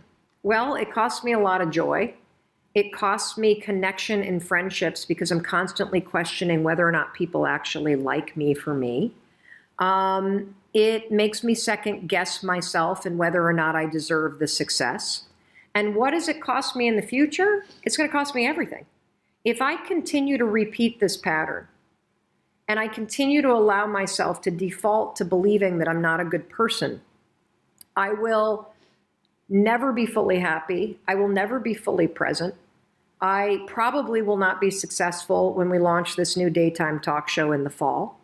And so I got a choice to make, and I want to get rid of this because I can see what allowing myself to believe that I'm not a good person is costing me. This exercise of identifying your limiting belief and then seeing what it's cost you in your past, your present, and your future is so important for you to do that I want to give you another example. So to really, really drive it home, okay? And so I want to bring in my husband. Why don't you scoot on this? I don't know if you can lean in on that thing. You sit on this chair. I'm going to bring in my husband, Christopher Robbins. Yes, if you've ever been a fan of Winnie the Pooh, his name is Christopher Robbins. And Chris is going to go through this exercise too. And I think it's important for we're sharing a chair here, and so we're like really close. I think it's important for you guys to know that Chris is one of the partners in our media company. He's our CFO, and he's also the founder of a men's retreat called Soul Degree. And he's a yoga instructor and president of the Booster Club. So this is a guy that's like really accomplished and super amazing. So with that context, founder of Soul Degree, what's your limiting belief? Well, of course, it would be appropriate that I think forever it's just been that I'm not good enough, I think that's it, succinctly, that I'm not living up. And certainly in the past, it's been all around the decisions I've made career-wise, never thinking that I was in fact good enough, which just took away from, I suppose, all the joy that I could have had. Were you really sad when you were little? Yeah, I think I was just down and out, probably feeling alone, and like the decisions I had made along the path were not the right ones, and then that subsequently not performing, and or at least not performing to my own expectation. So how has not feeling good enough? I can see how it would make you feel sad, especially, you know, there's so much pressure on men to succeed, feeling like you weren't good enough in your career, blah, blah, blah. Even ski racing, because you grew up as a kid ski racing. How did feeling not good enough impact the way you raced? I probably just could have skied a lot better than even I did, because I was constantly thinking it wasn't good enough. And now what about in the present? What is the default belief that you're not good? Is it like, how is it still in your life in this moment? Because here's the thing about a limiting belief, guys, is that everybody will look at you on the outside and they'll be convinced you don't have it. They'll be shocked that you believe that about yourself. And that's why it's important for you to be honest with yourself about what your limiting belief is, because it's something you are doing to yourself. So what is the belief that you're not good enough? How is that impacting your life right now, Chris? Probably has everything to do with just being the point parent. As much as I love being the point parent and having the time with the kids that I have, given your own schedule. Let me explain what that means. So Chris and I Chris and I, because of the amount of work that I use, Chris is the one that is home more often. He's the one that is really in charge of what's going on with the kids. He has been home for these last 3 to 4 years, playing a huge role in the back end of our company. But the primary role is the parent. And traditionally, at least in the United States, it's the woman that does that. And so it's been, I think, a very fulfilling yet confronting thing for Chris to be playing that role in, am I saying this correctly? Totally. Just to bring everybody up to speed? Just embracing the idea that me being the one at home handling the lion's share of the things at home are, of course, consistent with my negative belief that that's not good enough, that that's not being supportive enough. Is it also with success? Like that's not enough in terms of your own career, even though you founded a men's retreat? Well, seriously. You mean? Well, you run Soul Degree, you run the Booster Club for the high school, you teach yoga classes, you are a CFO, and it's still not enough. And here's the thing that's so interesting, everybody. I'm going to ask Chris a question he doesn't know I'm going to ask him. If you could go back and do something different these last 3 or 4 years and actually go and work and build a business that's solely your own and not be around, and I mean, would you trade the years that you've had with our kids, the last 3 years, or for something else? No, definitely not. Well, see, then that's the thing that's crazy. Is here you're sitting here torturing yourself saying, you're not good enough, you're not good enough, it's not enough, it's not enough. But given the option, if we could wave a magic wand and change everything, and the circumstances would be different, but you had to trade the time that you had with our kids, would you do it? The answer is no. So here's the thing that's interesting, and I'm so happy that you admitted to that, because it points out the fact that your default thinking isn't logical. It's just a habit. It's something you've been doing for so long that you don't even realize it. And even though it doesn't serve you, and even though, like Chris just said, he would never change a thing, and yet he still thinks it's not enough. That to me means that there is some automation here that's going on in your brain where it's set on default. Oh, I got to just think I'm not enough. I got to think I'm not enough. I got to think I'm not enough. You know? Well, here's the bigger question. If you allow this default mode to stay programmed in your brain, how is that going to impact your future? Particularly if you think about things like your aspirations for Soul Degree, the men's retreat that you run.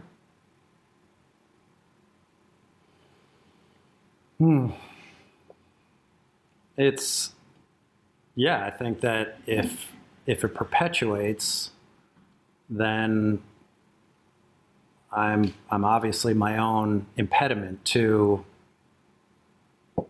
what I want it to be. You know, if I'm constantly in that mindset of it's not enough, I haven't done enough, then how could Soul Degree ever become what it should be? What do you want it to become? I think I would love to see it touch as many men's lives. You're about to cry, I could tell. Yeah, as possible. Why do you get choked up? Just because I know the impact. I've experienced the positive impact that it can have, and it's limitless, I think, in the difference that it could make, regardless even of your age. So do you see how your limiting belief, the default thinking that you're not enough, will prevent you from? Oh, totally. How does it stop you when you think you're not enough? How does it stop you? Like, what are the things that you do when you start getting in that mindset? Well, it's probably things that you don't do, right? Because if you're not going to be good enough, well, why go do that thing? Whether it's write more or, sort of test the elasticity of what Soul Degree could be also. I mean, it's in a state where there's still so much that we could do to enhance the experience, have it reach more people, which starts with my own. Again, I think part of the limitation is that I've always argued, hey, I'm a shitty marketer. I'm not good at putting the word out, if you will. And even this conversation, talking about something like Soul Degree is... How many of you can relate to this? I could be a lot better at that. You're just stopping yourself, not all the time because of your limiting belief. Like you go to write a blog post about the thing that fills your heart and you're like, ooh, should I really put this out there? That's your limiting belief. That's your default setting. And you're dead right, Chris, and it's the same thing for me and the same thing for Mandy. What was yours? I'll never get there. I'll never get there. I love that one. I'll never get there. because you can feel like just the no matter how hard I try, it's never going to be enough. I'm never going to get there. It's never going to happen. And how that sets you up to just race and race and race and race. And Danielle, what's yours?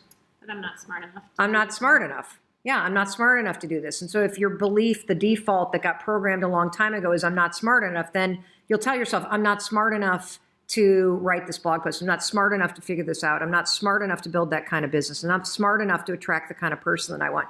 And the thing that's scary about default settings, everybody, is that not only are they automated in the default network in your brain, but they're a protection mechanism. By thinking you're not good enough, not smart enough, I'll never get there, not a good person, you actually hold yourself back.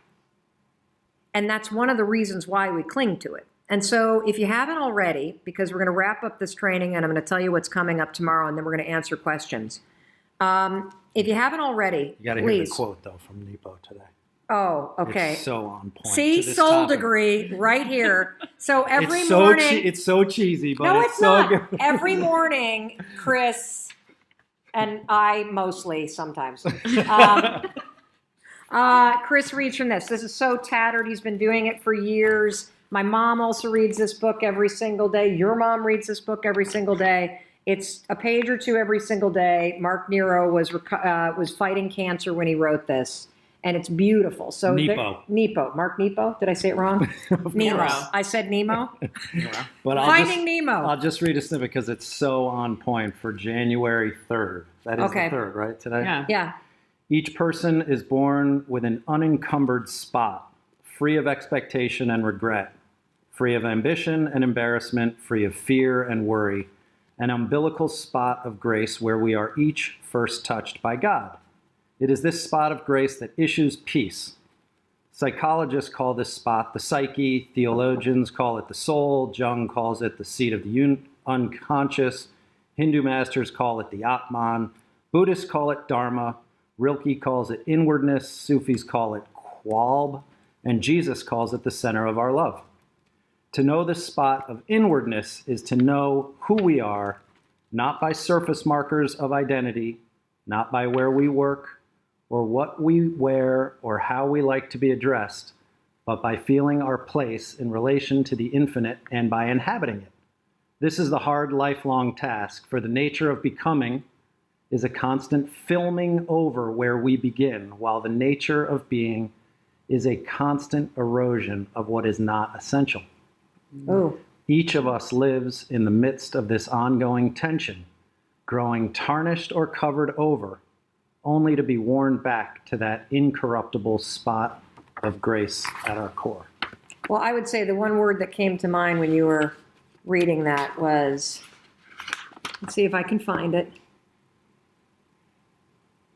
not essential. You know what's not essential is your default thinking and your negative belief. And in fact, it is essential that you get rid of it. You're awesome. You don't have to go. I'm gonna keep wrapping. I am this. gonna go. You are going? Where are you going?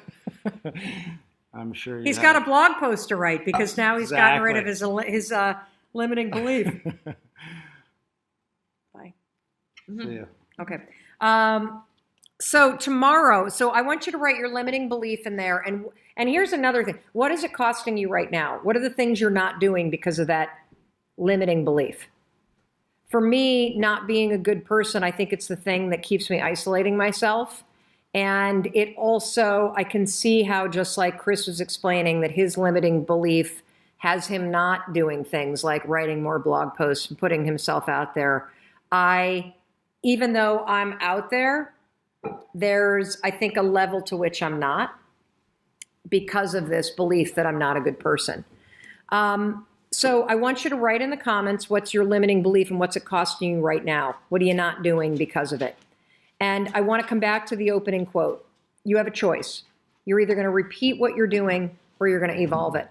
And when you ask yourself these three questions, what is my limiting belief cost me in the past? What's it costing me right now? And what is it going to cost me if I continue to choose to do it? If I continue to choose to be on default? Hopefully getting in touch with that will help you, give you, motivate you, push you to choose, to be deliberate in what you're thinking next. Because tomorrow, what we're going to be talking about is how do you create a deliberate belief, one that you don't believe yet.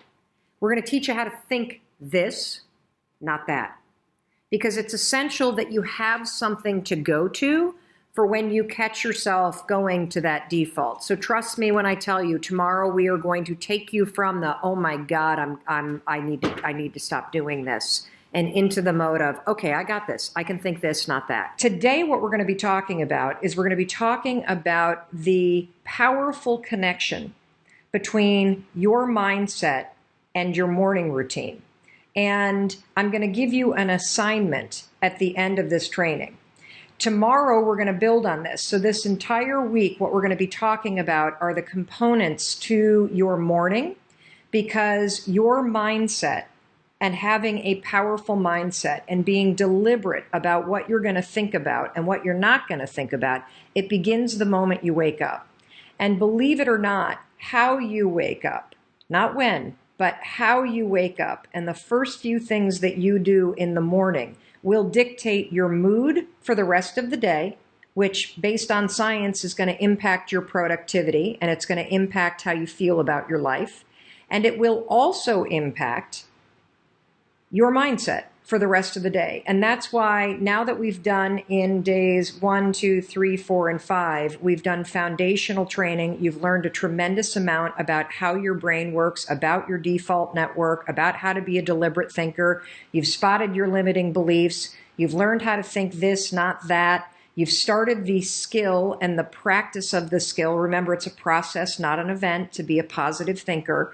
You've started practicing catching your limiting beliefs and swapping from that default way of viewing the world and thinking about yourself and choosing deliberate thoughts. Now let's talk about physical habits that you can adopt that are very simple, that will be life-changing, because they will impact your ability to be in control of what you're thinking and to be deliberate.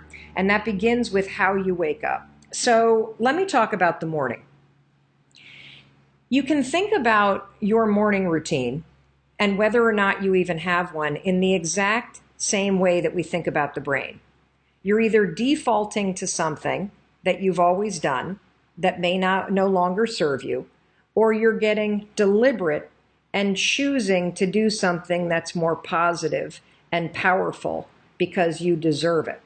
And that starts with your morning routine. So if you're the kind of person where the alarm goes off and you hit the snooze, and then the alarm goes off again and you hit the snooze, and eventually you roll out of bed and you step into your day, and you maybe drink a big dark cup of coffee, and you skip breakfast and you skip exercise and you're tired. If that's how you start your day, your mindset is going to be impacted by that. If your alarm goes off and you immediately reach for your phone and you start scrolling through Instagram while you're in bed and looking at Facebook, and you are putting all kinds of stuff in your brain that triggers FOMO, that triggers insecurity, that triggers anxiety, that is going to impact your mindset for the rest of the day. And so starting tonight, I want you to take control and be more deliberate about your habits in the morning. And what we're going to do this week is we are going to build, based on science, the most powerful morning routine that you could possibly have. Sorry, I'm just moving this around so that the Instagram channel is brighter. The most powerful morning routine that you could possibly have based on science. It's super simple. It will help you become a more deliberate and positive thinker. And I'm going to walk you through step by step. And you're going to be doing this with more than 230,000 people around the world. So what is the assignment tonight? The assignment tonight is very simple, and you're going to hate it. You're totally able to do this, and most of you are not going to. You're going to let your limiting beliefs and your default mode of thinking stop you from making this simple change. And the thing that I want you to do tonight, this is your assignment. This smartphone right here, I don't want it anywhere near your bedroom. Your assignment is when you go to bed tonight, you are to plug your smartphone in outside of your bedroom. If you live in a studio apartment, put it on the other side of the room. I don't want this phone anywhere near where you sleep. And there's a simple reason why. You're addicted to it. And if it's next to you while you're sleeping, as soon as you wake up, without even thinking, the default mode of your brain will mindlessly reach for this, and you will lie in bed and you will look at your phone. And when you do that, you are putting in garbage into your brain before you even get out of bed. If you wake up anxious, if you wake up overwhelmed, if you wake up feeling like you're losing some imaginary race, if you wake up and you feel dread, if you wake up and feel negative or exhausted, I'm telling you, this is the reason why. And if you want to have a positive mindset this year, and you deserve to, then you also have to get very deliberate about your habits and about your morning routine in particular, because how you wake up matters. How you wake up determines your mood. How you wake up determines on your phone. Hold on, IG is pausing a lot. Hold on a second. Let's see here. Yikes. All right, hold on a second, IG. I'm getting a lot of, let's get on Wi-Fi. Rendezvous. Let's see if that works. Looks like I'm on. Let's go back to Instagram. Okay, let's see if that works. Is that better, Mandy? Thank you for your patience, by the way. Normally, our streams are not as spotty, but when we started this program, I knew that I was going to be traveling 24 out of the 35 days that we're broadcasting live, and tech can be a challenge. And so for those of you that have been hanging in there on Instagram, if it's spotty, jump over to Facebook Live, jump over to YouTube, jump over to Twitter. We're streaming on all 4 platforms at once. And we will also email you a link to this video, which is one of the reasons why, if you haven't yet, sign up for melrobbins.com/mindset reset, because we curate all this information for you and we tee it up for you every day. So thank you for your patience as I am broadcasting from my parents' place. My mother's 70th birthday is tomorrow.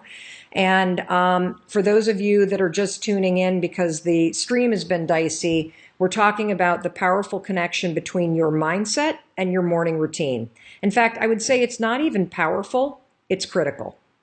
You cannot have a positive, in control mindset if you don't have control of your mornings. And it makes a lot of sense from a common sense standpoint, right?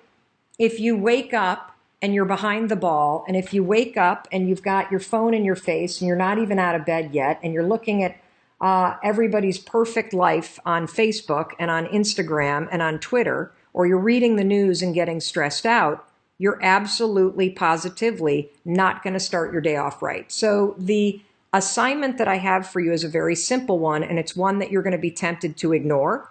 Do not ignore this. Tonight, when you go to bed, you are to put your phone as far away from your bed as you possibly can. If you have a bedroom, get your phone charging outside of your bedroom. Turn the vibration off, and you can turn the ringer on. And here's why. I know many of you are single parents. I know many of you have jobs where people need to get a hold of you. Instagram is reconnecting again, so I don't know what to make of this. I apologize for the feed on Instagram, everybody. But if you start your day by looking at this, your mind is hijacked and you're going to be playing catch up all day long. I want to give your brain a fighting chance to be deliberate. Tonight, what I want you to do is sleep without your phone. Plug your phone in outside of your room. And then when you get up, you're going to notice something. You're going to notice that you automatically reach for your phone. Your phone's not going to be there. You see, we're setting a trap. We're setting a trap so that you don't fall into the default mode of laying in bed and looking at that thing. I want to give you a chance to catch your thoughts. I want to give you a chance to do a couple things in the morning based on science that will give you control over your day, that will boost your mood, and that will help you develop a much more deliberate and positive mindset. So you got it? If you're going to do this, I want you to put the bicep pump curl, emoji, or give me a thumbs up in the comments below if you're going to try this, because it's a lot harder than you think. And even those of you that are like, oh, I don't look at my phone, baloney. Every one of us is addicted to this thing. I'd like to take some questions real quick about mindset, about the mindset morning routine connection, about the cell phone, or about anything related to mindset reset. Danielle from Facebook, I love routines as well, but what if you let go of your routine? Can you still embrace yourself and the day? I'm not sure I understand the question. I love routines as well. I think that yes, you can, if what you're basically saying is you have a morning where you don't do your normal routine and now it's noon and you realize, my gosh, I've spent the morning in a negative mindset. Can you catch yourself? Absolutely. You absolutely at any moment during the day can catch negative beliefs. You can catch limiting beliefs. You can catch yourself when you default to the negative things that you've trained yourself to think. And you can 5, 4, 3, 2, 1 in 5 seconds flat. You can switch to a more positive belief. Absolutely. You can change your attitude like that. No question. You can put the force fields up if you feel yourself getting sucked into somebody else's drama.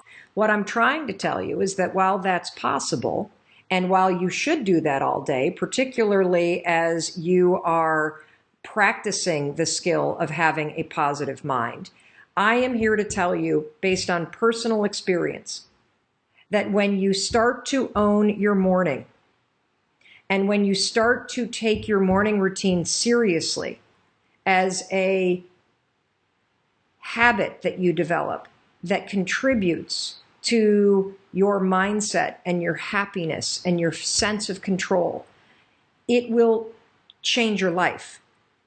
If you're concerned about anxiety, having a morning routine that I'm going to walk you through step by step this entire week, this is key to curing yourself of anxiety. And it begins the night before. So Betsy asked, is it better to prep the night before? Absolutely. So the night before, I always plug my phone into the kitchen, or I plug it into my closet. I turn off the alerts on my text messages. I turn off the buzzing, and I leave the ringer on in case there's some kind of emergency. My kids know that they should call me if they need to reach me. We have a daughter who's in college, and kids are all over the place these days. My business partner knows, call me if you need to reach me. Do not text me. And that one habit has changed my mindset for the better. It's changed my life for the better, because when I wake up in the morning, I actually get out of bed. I don't scroll through my phone. And because my phone is nowhere near me, I don't even reach for it.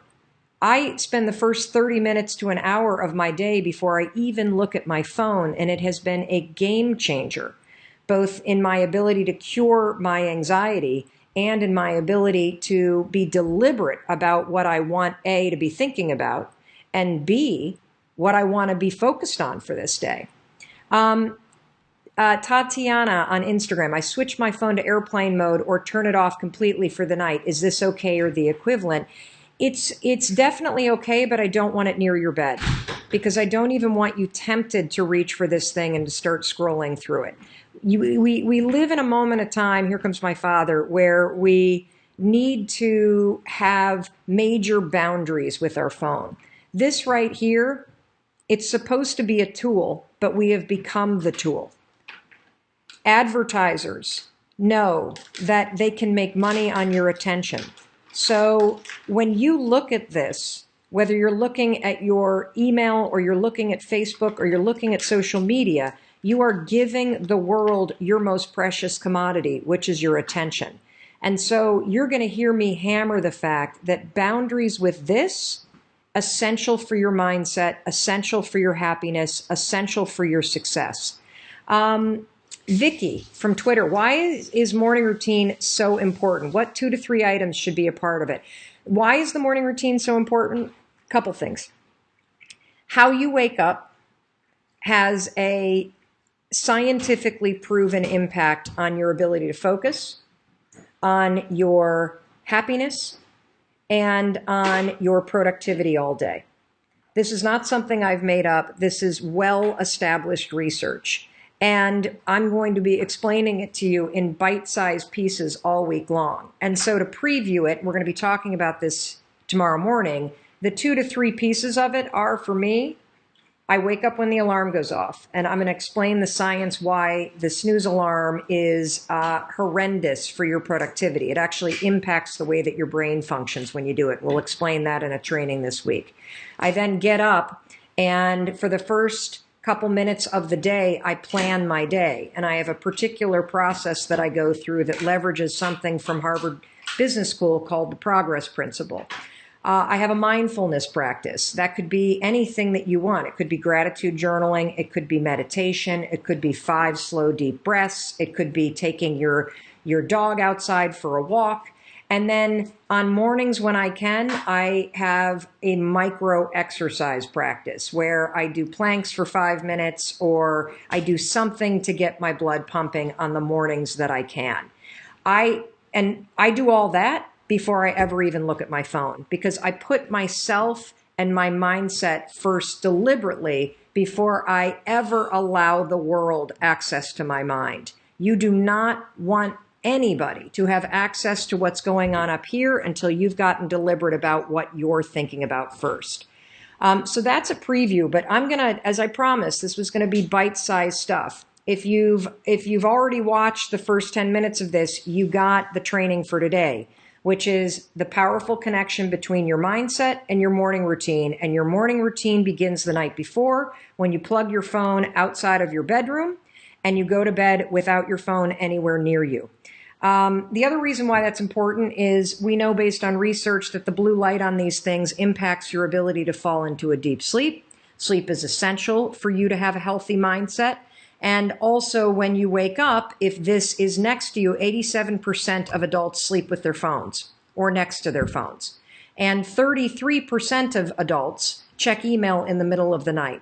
And so whether you're willing to admit that or not, we want to break your habit of giving the world access to your mind, and we want to make you more deliberate about how you are with your phone. And the reason why is it has a direct scientific researched impact on your mood and your mindset all day. I have time for just 1 or 2 more questions. If you have any other questions about this, seeing a ton of, but my phone is my alarm, I have kids. Do you see the excuses, everybody? What's more important? If you have kids, do exactly what I told you. Leave the ringer on. If your kids need you, they can call you. If your boss needs you, they can call you. And this is really important for your kids too. You know, there's a lot of research about kids and phones and how they're hugely addicted. And the thing about kids and phones, particularly phones in their bedroom when they're going to sleep at night, is that if you have teenagers are biologically hardwired to push away from their parents when they become teenagers. Their friends become their primary support group. They become the most important thing in their life. And kids feel an obligation to stay connected to their friends. And they feel an obligation that if I'm not available for my friends, you know, that makes me not a good friend. And so to help your kids, you need to draw the boundaries for them. You need to tell them that they can't have their phone in the bedroom. You need to have a charging station in the kitchen, and you need to model these very healthy and mandatory boundaries with technology, period. And so I get it. Your kids need to reach you. No problem. Plug it into the closet, plug it into the bathroom, turn the ringer on. If there's an emergency, they can call you. Yes, you can use your phone as your alarm. Plug it into the bathroom, plug it into the closet, plug it into the kitchen. Because if the alarm is going off outside of your bedroom or several paces away from your bed, guess what you're doing when the alarm goes off? You're getting up. And tomorrow, I'm going to explain the science behind why you need to get up when the alarm rings and why you should not hit the snooze alarm. I don't hit the snooze alarm because I understand the neurological impact that the act of snoozing has on your mindset, on your mood, and on your brain's ability to focus. And that's exactly what we're going to talk about tomorrow. The reason why you have to get up when the alarm rings. And it's not because it sounds like a good idea. It's because of the science behind how your brain works and what hitting the snooze button and drifting back to sleep for 15 minutes does to your mind. You're going to learn all about that tomorrow, and it is a game changer. So, Mandy and Danielle, do we have any other comments, questions, excuses? Give me the thumbs up if you're going to try this phone challenge. This is going to change your life. Try the phone challenge tonight. Give it one night. And I want you to notice as you do it, how drawn are you to your phone? How panicky are you that it's not near you? Do you feel anxious about it? When you wake up in the morning, are you immediately grabbing for it? I want you to notice the default mode that you have with this sucker right here. Because part of being deliberate and serious about being a healthy, happy, anxiety-free, positive, confident thinker is taking control and having boundaries between the world and your mind. And it's also having the assuredness that you can live without this thing. So let's talk a little bit about procrastination. Who in here struggles with procrastination? Yeah, and the rest of you that aren't raising your hand are just procrastinating on doing it, aren't you? I know. You see, I always thought procrastination had to do with the thing I was procrastinating around, right? Like that procrastination has something to do with work. Believe it or not, procrastination has nothing to do with your work. Procrastination is a form of stress relief. Let me explain this. So let's say that you've got some stuff going on in your life, and heck, who doesn't have stuff going on in your life? Maybe you're fighting with your significant other. Maybe mom's or dad's health is failing and it's really, really upsetting you. Maybe you've got some financial stuff. You put too much of your savings into Bitcoin, and now that that's crashed, you're stressed out about it, right? And so you go into work, and when you get into work, you got stuff to do. You kind of walk in and you got this big stress ball that subconsciously is hanging over your head. And so you walk in and you sit down, and you know you got 13 phone calls you need to make. And you also know that you've been chickening out, you've been making easy calls, and there's a bunch of CIOs or other people that are higher level that you haven't been calling. And so as you sit down to do it, and you got the stress on your shoulders, your brain it starts to go, wait a minute, well, you want me to make a call to somebody that I'm scared to make? Absolutely not. I'm so stressed out about, can we just watch some cat videos for a minute? And next thing you know, an hour's gone by. And then, of course, what do? You beat yourself up. So the only way that you can break this habit, and that's an important word for you to hear, you're not a procrastinator. You have a habit of procrastinating. Big difference. Because if it's a habit, I can teach you to use science to break it. You see, all habits have three parts. There's a trigger, and in the case of procrastination, the trigger is always stress. Then there's a pattern you repeat, and in the case of procrastination, it is to avoid doing something. And then there's a reward. You get a little stress relief. The only way to break a habit, you guys, is not to deal with the triggers. You're never going to get rid of the stress in your life. But you can 100% change your pattern of avoiding work. So next time that you're in a situation where you feel yourself hesitate, you spent way too much time checking out the highlights from last night's scores, what you're going to do is you're going to go, oh, I must be stressed out about something. Acknowledge the stress. Then go 5, 4, 3, 2, 1. I want you to count to yourself because I want you to interrupt the habit that's stored here, and I want you to awaken your prefrontal cortex. Then I want you to just work. Just for 5 minutes. The reason why I want you to only work for 5 minutes is because your problem isn't working. It's the habit of avoiding. I just need you to start. And here's the other cool thing. We know based on research that if we can get you to start, 80% of you are going to keep going. So tell everybody your project, and then let's talk about the thing that you're still kind of stuck or struggling with. So the project is to be aware, to understand, and to know myself as a teacher. And the thing that I'm stuck on, I was sitting there thinking about it, the thing that I'm stuck on is that I have a bazillion ideas about things that I can create and do and courses and trainings and la-di-da-di-da. Who can relate? And so actually moving from the idea and even creating the whole curriculum and all of that to actually making it happen. Yeah. And doing it. So I have a cool strategy that I use, and I hope it works for you. So I carry a little notebook, and I actually borrowed this from Chris, because when we lived in New York City, he used to carry around a notebook like this size, and whenever he had an idea, he'd just jot it down, then he'd stick it in his back pocket. And it was just full of all kinds of stuff. So I carry around a notebook, and this one's new, so it doesn't really have much in it. As ideas come, I just jot it down in that notebook. And then what happens for me is I get anxiety because I'm afraid that I'm going to forget the idea.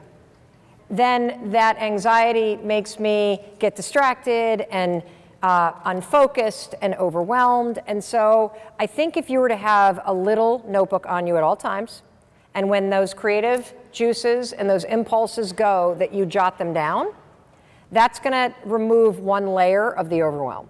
Okay? The next thing I would do, what are the top 3 things in terms of all this creative stuff that you're interested in doing? What's the top 3 projects that inspire you the most? Story. Really getting people's story. Okay. And getting into the story and understanding how what we've created, what we've had, what those stories are and what we can do with them to make our lives work and what is working. Because there's lots and lots and lots of attention on what's up. Yes. But there's so much that's working. Yes. So Even the question that you're asking us, like, what happened to you yes. that has you break down? Yes. What happened to us that has us be in this room? I thought you were inspired, right? Yeah, that's the good thing, right? Yeah. So do you see how you light up when you talk about that? So to me, it's very clear that your energy is about focusing on what's good and what is working, and elevation and amplification. I mean, even in the way that you dress, when I talk about shaking and the essence, the vibrancy of you. And so I think all that's missing is the right vehicle for expressing that. I want you to pick one thing that you're going to do, whether it's writing a book or blogging every week and starting to archive all of these things and amplifying your own voice on this topic. What do you see? Good stuff. Of course, right? Yeah. So what's the first thing that comes to mind? Well, thanks to somebody whose name I can't remember right now, but who I know is here, who I saw on their page, 750 words, I started writing again. Fabulous. And so I'm writing every day, and I'm on like a 21-day streak or something like that. Wow. And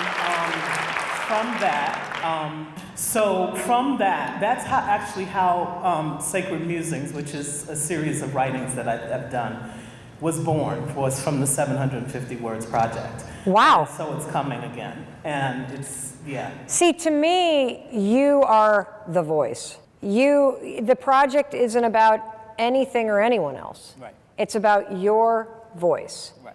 And so I also want you to consider that as long as you are doing something to express your voice in some small way every day, that is the path. And all of the other stuff, you're getting distracted by the how and the what it looks like. And I want you to join me in that journey of embracing that you're actually an artist and you're a writer and you are somebody that's out in the world expressing your ideas in a multitude of ways. If you expect to achieve your goals, if you expect to reach your potential, if you expect to have your dreams come true, what I'm about to explain to you is mission critical. You must become a master at visualization. Now, for those of you that are like, what the heck is she talking about? I did not sign up for some sort of meditation, woo-woo spiritual thing here. Don't worry. This is Mel Robbins. There's always science and research involved in everything that I talk about. So visualization is a extraordinarily powerful skill. And you may have heard of the law of attraction. You may have heard of the word visualization. You may have heard of the word manifesting. I call it seeing signs. So I'm a master at seeing positive signs. I am a master of creating coincidences. I have the world's most incredible luck. You want to know why? Because I understand the science and the skill of visualization.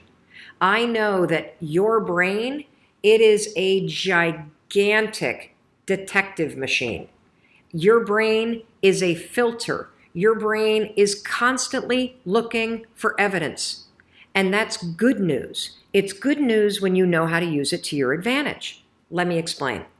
So your brain has a system in it. Here's the technical term. It's called the reticular activating system. It is a network of neurons all up in here. And what is the job of the reticular activating system? It is a filter system. It's basically a system that allows certain information in your brain and it blocks out other information. And guess who programmed that filter? You did. And so did the people from your past.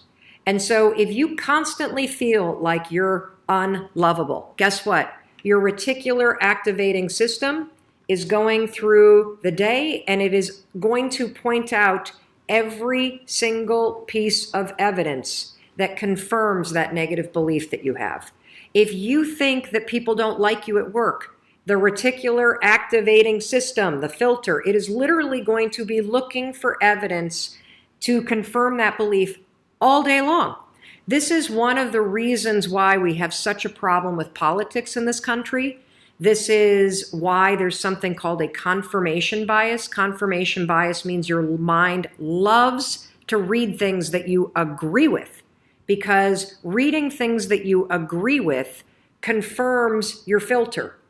Why do we have a reticular activating system? There's a really important reason why you have this. The reason why is if your brain let in everything. Have you ever looked at a Facebook page? Have you noticed how many words are on a standard Facebook page, and the ad over here and the ad over here and the ad over here and the ad and the news feed right here and the stuff up here and all this over here?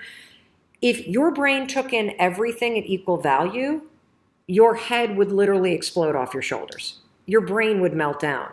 And so the reticular activating system protects your brain by filtering information and only letting in stuff that it agrees with. So that's the scientific reason and mandate for why you got to get busy reprogramming that thing.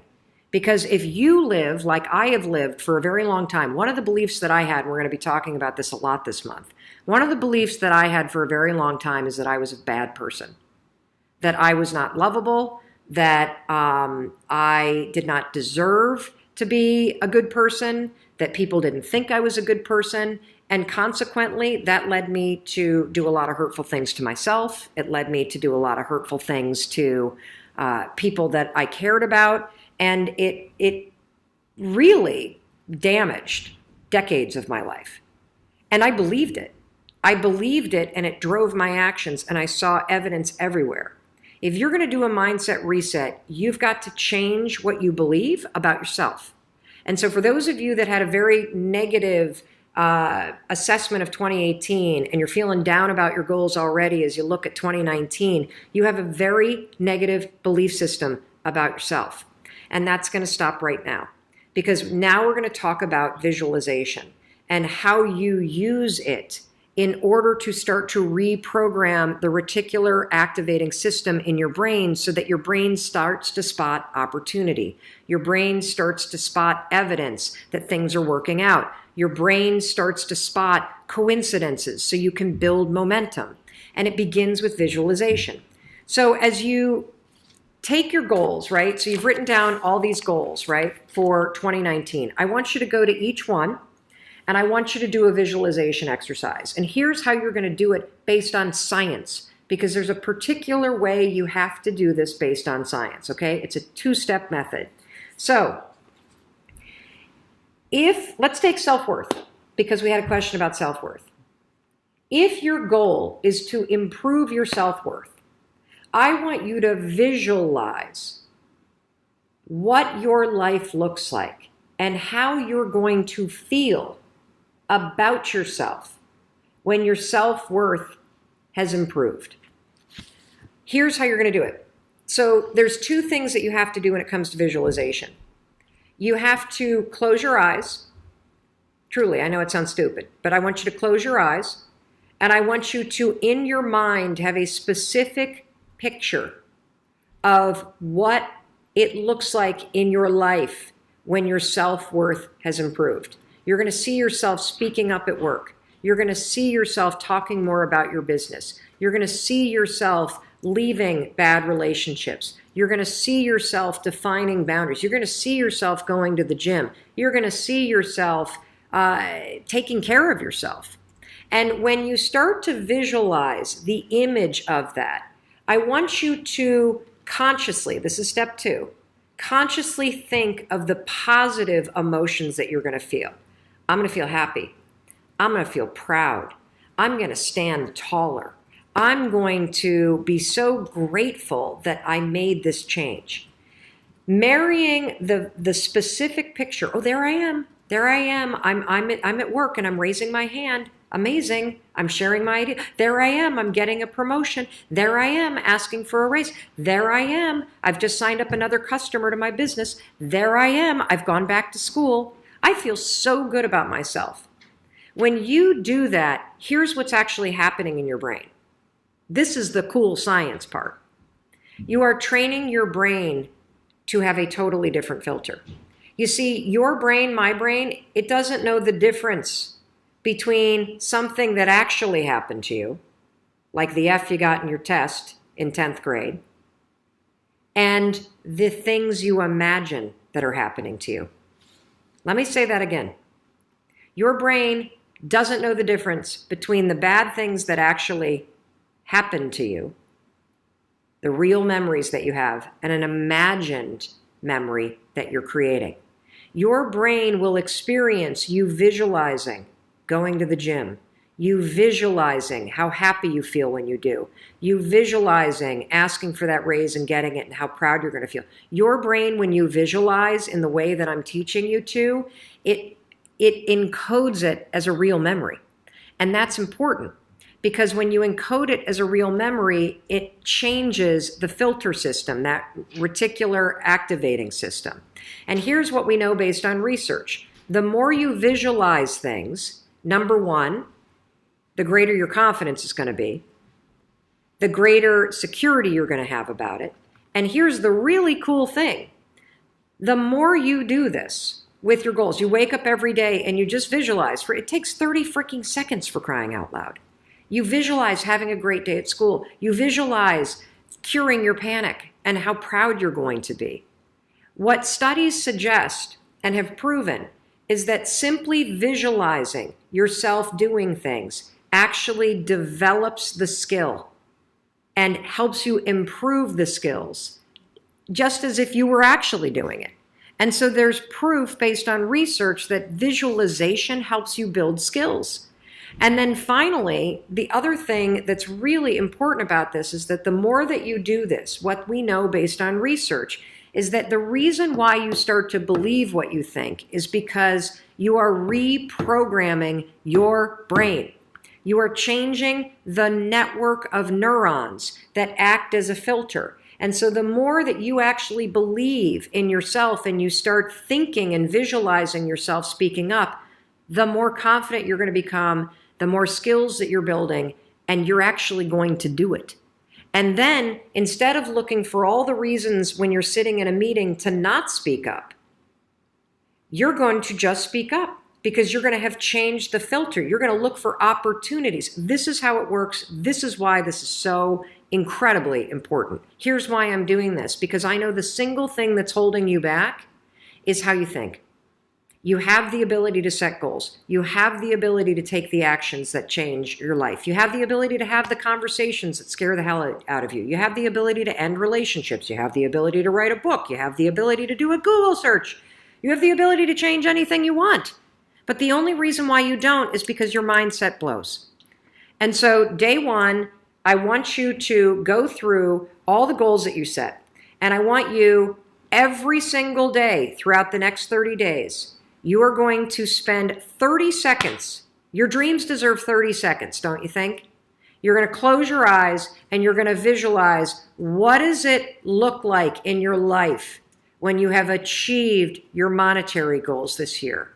How does it feel to go to the bank and see that balance? How does it feel to be able to write that check and take your kids to Disney World on money that you made? How does it feel to be able to rent your own place or put down a down payment for the house you've always dreamt of? How does it feel to be able to have saved enough money so you can quit the job that you hate and launch the business because you have achieved your goals? It feels darn good. That's how it feels. And I want you to just savor that, because what you're doing when you visualize is you're reprogramming your reticular activating system, that system of neurons, that network that acts like a filter in your brain so that it's spotting opportunity, so that it is helping you see evidence that you are confident, that you are capable, that you can do this, instead of all the garbage you think right now.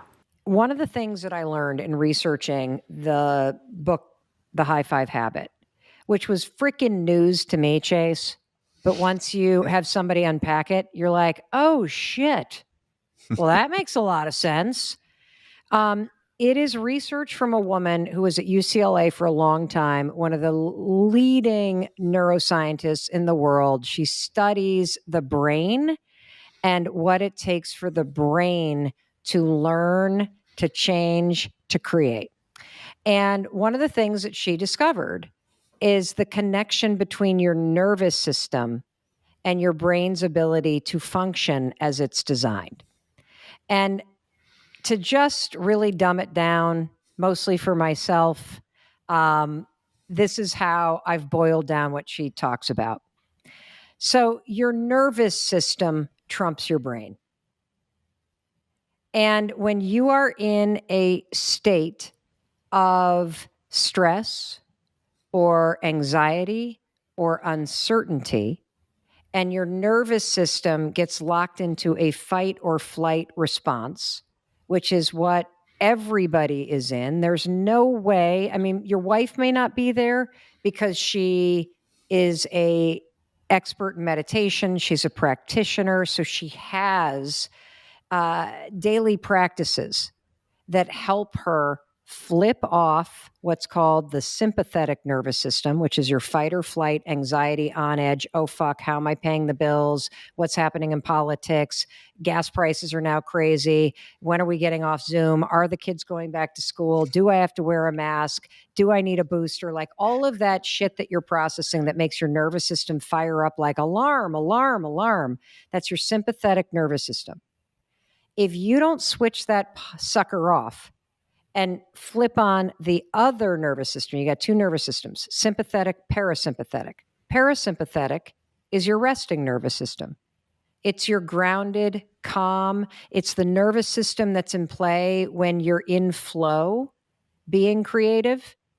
It's what it feels like when you're grounded in your body and you're okay and you feel okay. And so what I learned from Dr. Judith Willis is that when your sympathetic fight or flight, oh fuck, nervous system is running the show, your brain doesn't work properly because the alarm system takes over. And I can explain this using a very simple example. If all of a sudden the alarms went off in the studio that you're in and you smelled smoke, would you be able to solve a math problem? No. No. Of course I'm not. out. I'm You're out. Well, that's basically what it's been like for the last 2 years. The fire alarms are going off and your body, your nose smells smoke. And so your nervous system flips on an alarm. The reason why it's so hard to focus, the reason why you're exhausted by 1 o'clock in the afternoon, the reason why you feel like you're one more thing away from checking yourself in and needing help is because your nervous system is just fried and it's impacting your ability to think clearly. And so there's a simple trick that you can use. And I know you've talked about the vagus nerve a lot on your show. It's a really important thing to understand. It's a treasure inside your body. The vagus nerve is a nerve that runs all the way from, your seat through every major organ, your vocal cords, all the way up to the top of your head. And the vagus nerve is the on-off switch between your, oh shit, nervous system and your, I got this nervous system. And so a simple thing that you can do, and I want everybody to do this at the beginning of their day. And the reason why I want you to do it at the beginning of your day is because I guarantee you, particularly because you're in business for yourself, you're waking up on edge. Your cortisol levels, the stress hormone, are the highest first thing in the morning.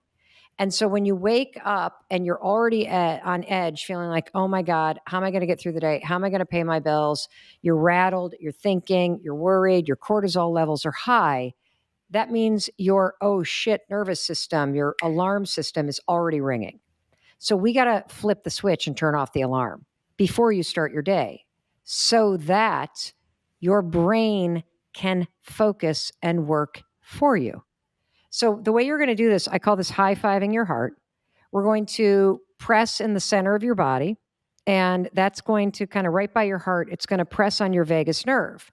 That's where the on-off switch is. And I'm going to teach you to manually flip the switch and to turn off the alarm system and to turn on the calm, grounded, creative nervous system that's going to help you get back into a state of flow and help you be more strategic, because right now is the most extraordinary moment in time for you as a business owner, I believe, and for a creator. So as you're pressing right here, you're just going to take a deep breath. Go ahead. And now I want you to say these 3 sentences. I'm okay. I'm okay. I'm safe. I'm safe. I'm loved. I'm loved. That's it. And most mornings, I need to do it about 23 times. No, I'm serious. Like what I know, happens? but I love that about you though. Like you're like 23 times. Like no, like Well, you know when it's I know. when you can stop because you actually have a sensation of the rattle downregulation, settling, yeah. and you come back into your body. And I didn't realize until I learned how to turn off the alarm and turn on that cool rested state that my default for as long as I can remember, Chase, has been alarm mode. That I have been running so fast, mostly away from things, that I did not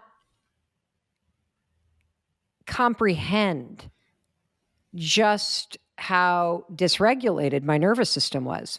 And, I think it's really challenging for creatives like you and me and everybody listening, and even if you're a small business owner and you don't consider yourself a creative and an artist, your business is your art.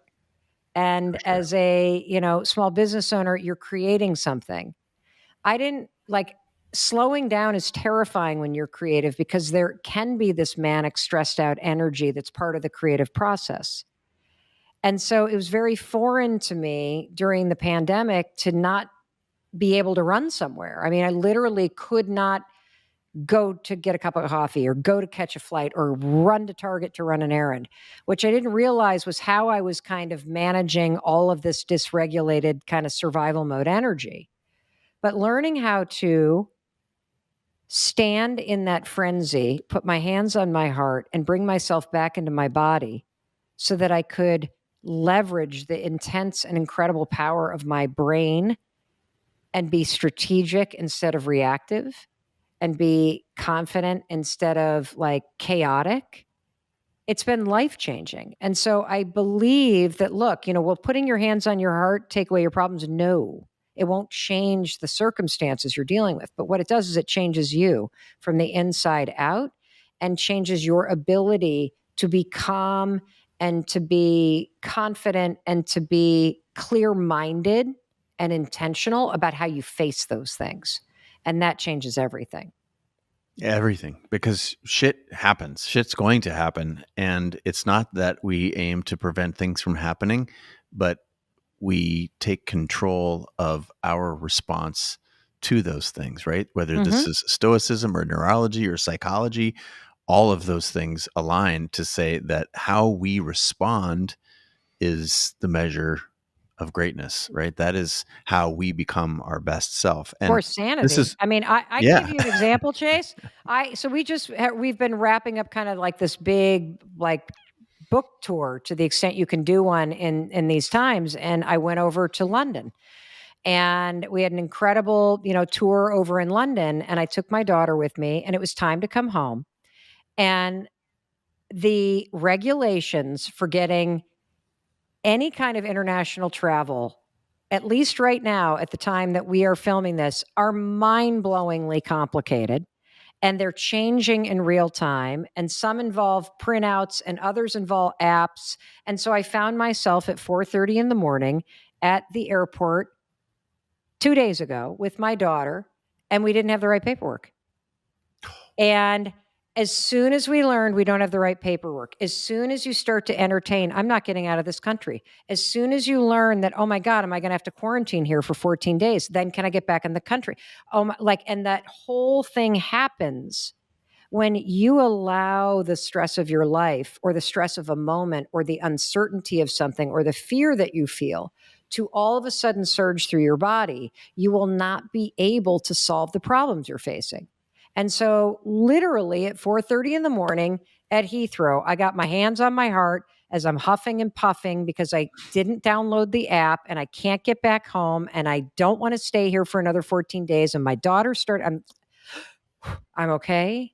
I'm safe. I'm loved. I'm okay. I'm safe. I'm loved. My daughter's like, what are you doing? I'm like, I'm okay. I'm safe. I'm loved. I'm okay. And I bring myself back into my body. And then I start saying, what if it all works out? What if everything's okay?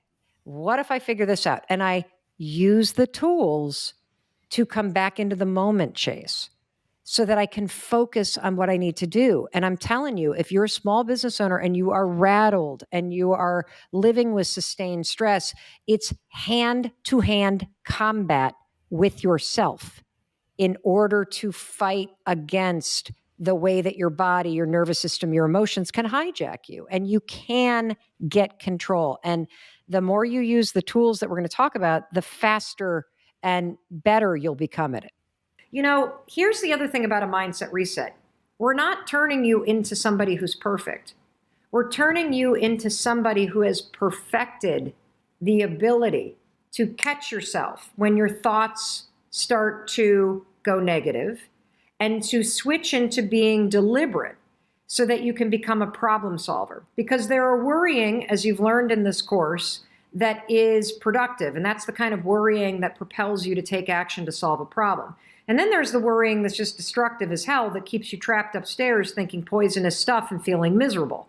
So when you catch yourself in the destructive kind of worrying, you now know that you have the power to switch gears and think something else. So it is such huge progress that you notice that you're worrying, but you're worrying in shorter amounts of time. That's amazing. And that's only going to get better and better the more you practice switching from thinking this to thinking that. And I want to tell you the 3 sources of the resistance that we've identified. And there's probably even more, but I want you to know this is very, very common. First of all, for those of us that have experienced trauma or abuse or neglect or discrimination or poverty or all kinds of heartbreak, abandonment, anything that you have survived, a lot of us drag that into the bathroom every morning, and it stands between you and the person in the mirror.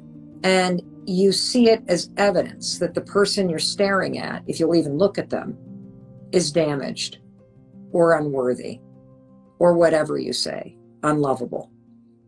And so the resistance is this deep-seated belief that because of those things that you've survived, you do not deserve the high five, which is where the resistance comes from. So I'm here to tell you, if that resonates for you, the high five is a beautiful thing because you don't need to say a word.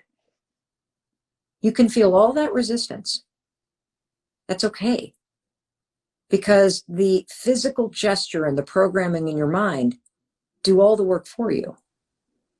And, you know, if you have survived all those things in your life, you not only deserve a high five, you need one. And you need one to heal.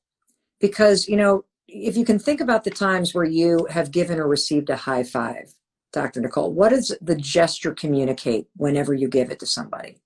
I think high fives communicate acknowledgement, right? You see that person and you feel, I'm going to use some version of favorable. You're celebrating some aspect of what they're doing. Yeah, it's like, I love you, I see you, I believe in you, keep going. If somebody's having a bad day, shake it off, you got this. And you've never in your entire life high-fived somebody and thought, I hate you, I hope you lose, you're the worst.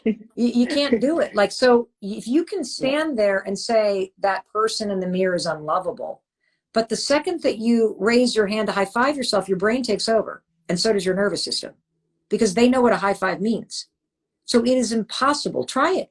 Try it. You cannot high five yourself and actually think something terrible about yourself, because your brain neurologically won't allow you because of the programming in there. It's like trying to sing the lyrics to a different song while Let It Be is playing. You can't do it.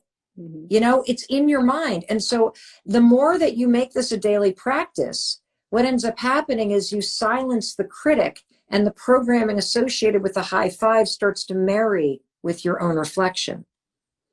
Now, another thing that happens is, like, form of resistance is all the regrets that you have and the shame that you carry. So if you're human, you have done things that you deeply regret, whether it's cheating or lying or addiction or hurting others or hurting yourself, all stuff that you did, by the way, while you're trying to survive. Things that you would gladly forgive Dr. Nicole or Mel Robbins for, but you drag it into the bathroom every morning. And you use that as evidence, again, to see a person that is not worthy of celebration because of those things. This was actually a really big insight because of Chris, my husband. When he got out of the restaurant business, the restaurants that he and his best friend opened ultimately shut down.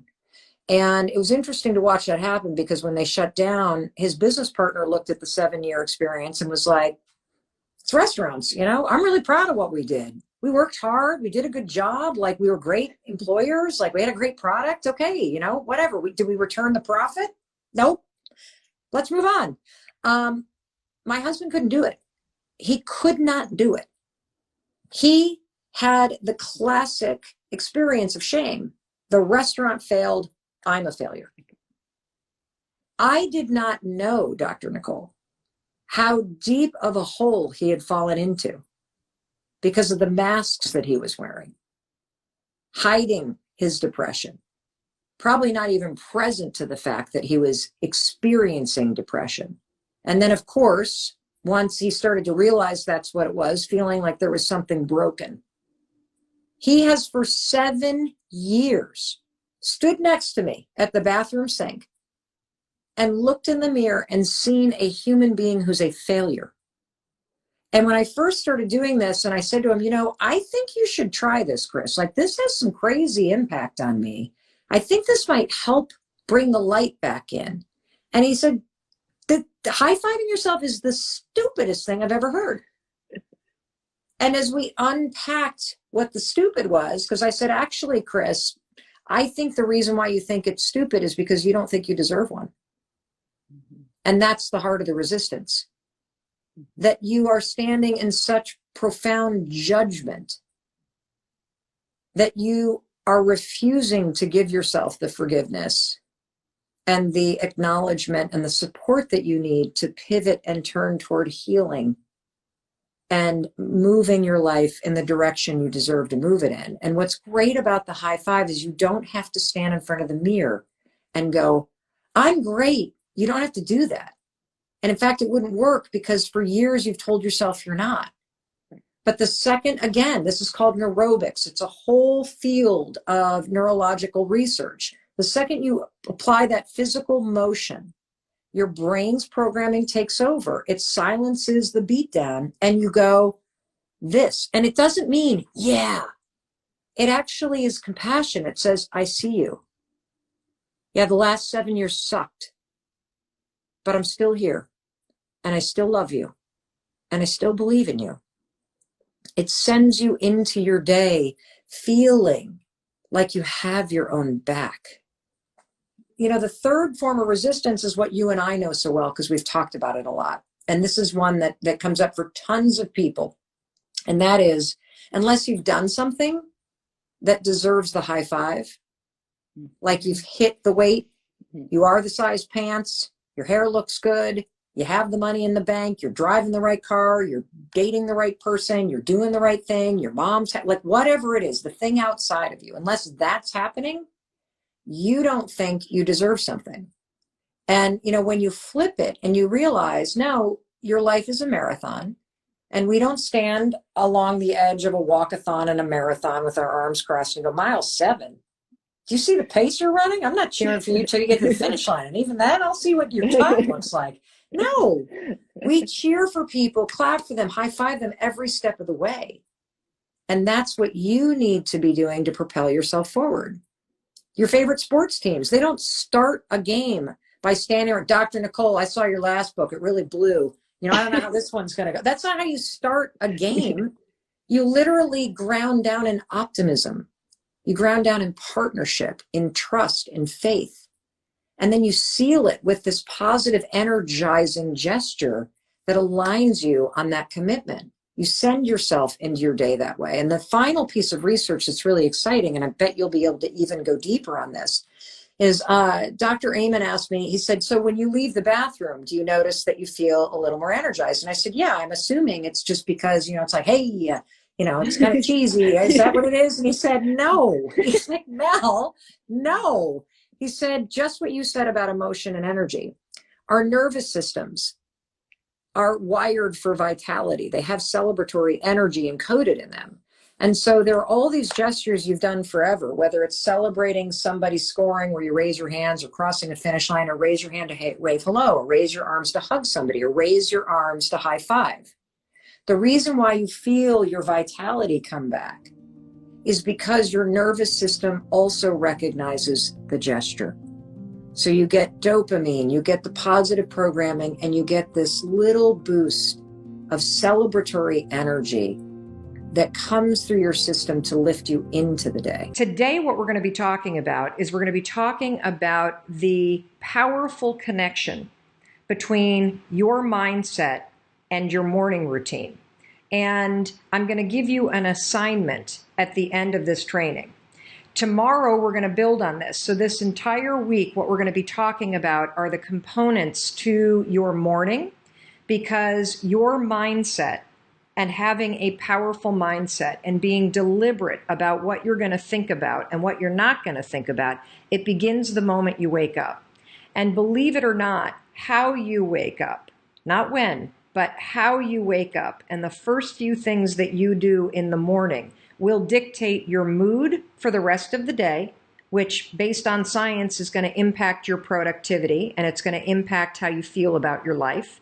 And it will also impact your mindset for the rest of the day. And that's why now that we've done in days 1, 2, 3, 4, and 5, we've done foundational training. You've learned a tremendous amount about how your brain works, about your default network, about how to be a deliberate thinker. You've spotted your limiting beliefs. You've learned how to think this, not that. You've started the skill and the practice of the skill. Remember, it's a process, not an event, to be a positive thinker. You've started practicing catching your limiting beliefs and swapping from that default way of viewing the world and thinking about yourself and choosing deliberate thoughts. Now let's talk about physical habits that you can adopt that are very simple, that will be life-changing, because they will impact your ability to be in control of what you're thinking and to be deliberate. And that begins with how you wake up. So let me talk about the morning. You can think about your morning routine and whether or not you even have one in the exact same way that we think about the brain. You're either defaulting to something that you've always done that may no longer serve you, or you're getting deliberate and choosing to do something that's more positive and powerful because you deserve it.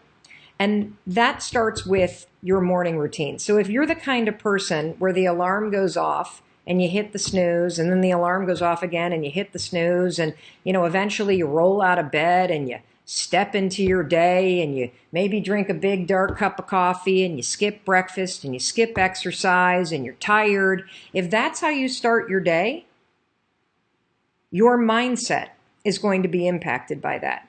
If your alarm goes off and you immediately reach for your phone and you start scrolling through Instagram while you're in bed and looking at Facebook, and you are putting all kinds of stuff in your brain that triggers FOMO, that triggers insecurity, that triggers anxiety, that is going to impact your mindset for the rest of the day. And so starting tonight, I want you to take control and be more deliberate about your habits in the morning. And what we're going to do this week is we are going to build, based on science, the most powerful morning routine that you could possibly have. Sorry, I'm just moving this around so that the Instagram channel is brighter. The most powerful morning routine that you could possibly have based on science. It's super simple.